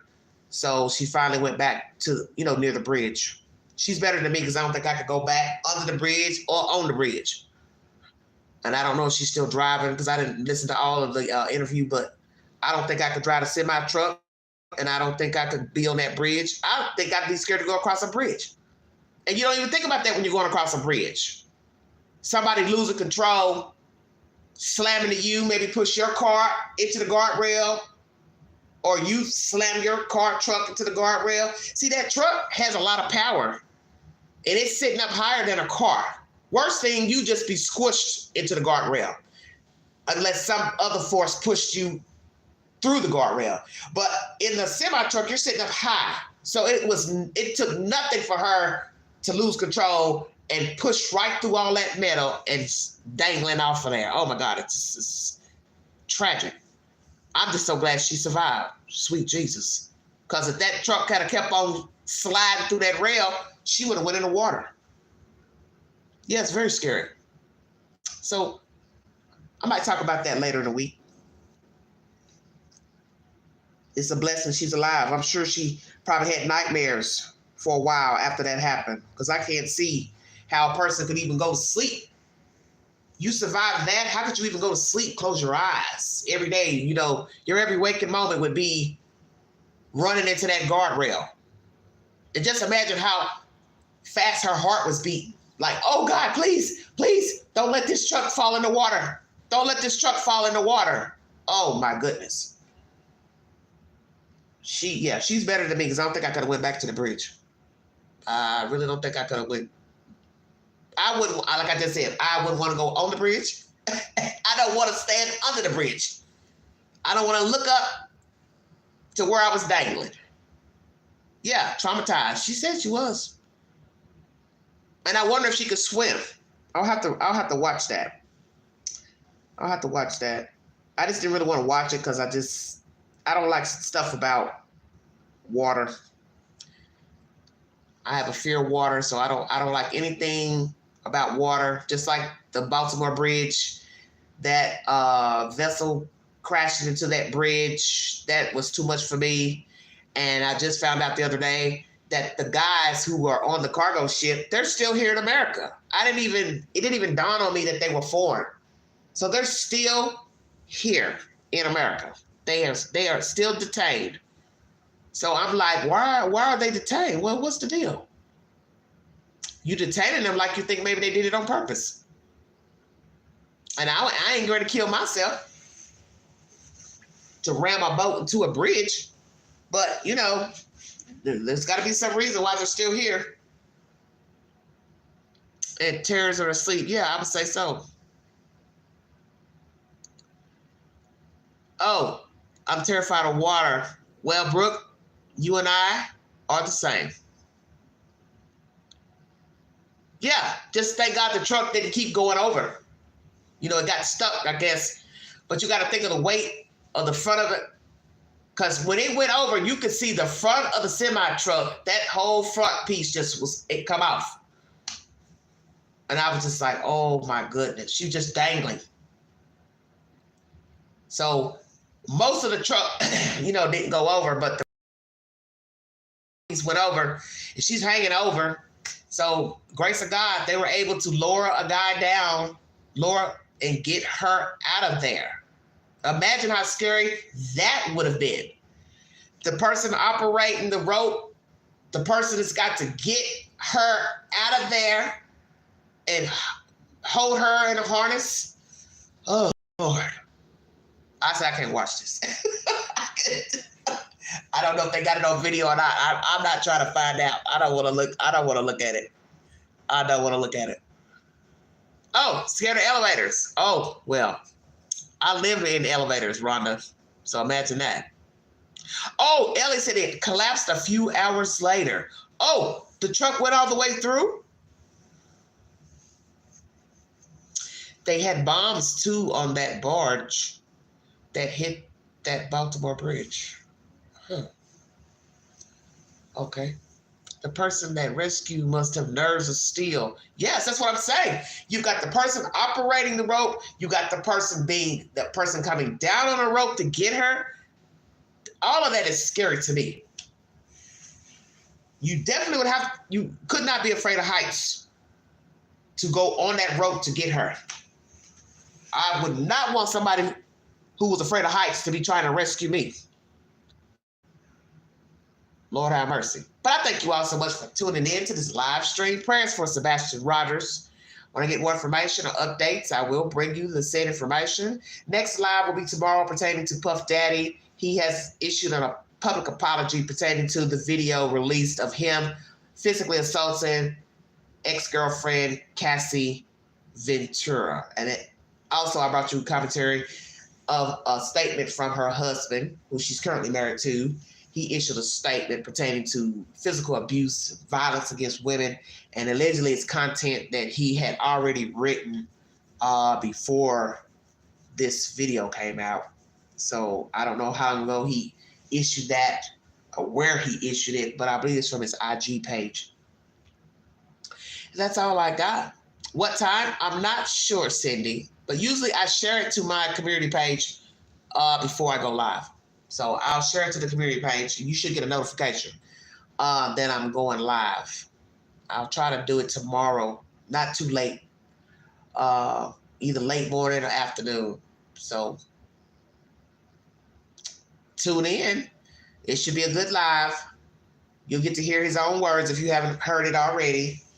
I think it's a bunch of bull. He doesn't have any remorse. He's just caught, that's all. He never thought that video was going to get out. And somebody finally released it. So I want to know who released it. I want to know what's going to happen to the people who own the hotel. If the hotel is still around, will they issue a statement? That's what I want to hear. And will Cassie decide to say something about the video? So far, she's not issuing a statement, but she might change her mind. You're welcome, everybody. And once again, thank you, Pink, for the donation. If you'd like to donate to this great network, $BeGanji, 129, Cash App, stickers, or chats, always welcome during the live stream. Woo! I'll be back with more stimulating content. I think this week we're going to discuss homosexuality. We're not going to do any true crime this week. We're going to talk about gay adoption, transgender gays going into other restrooms of opposite sex. We even might talk about gay priests. We're going to just live it up this week. But the poll's up tonight and a movie suggestion. And we'll see what you all have to, say about transgender going in the restroom, sharing restrooms. We're going to talk about all of that. Each day we'll just bring a topic. I can't wait to see what you all have to say about gay couples adopting children. Should be very interesting. All right, everybody. Have a wonderful night. Blessed week. Be safe, everybody. You've been listening to the Vault XL. Thank you.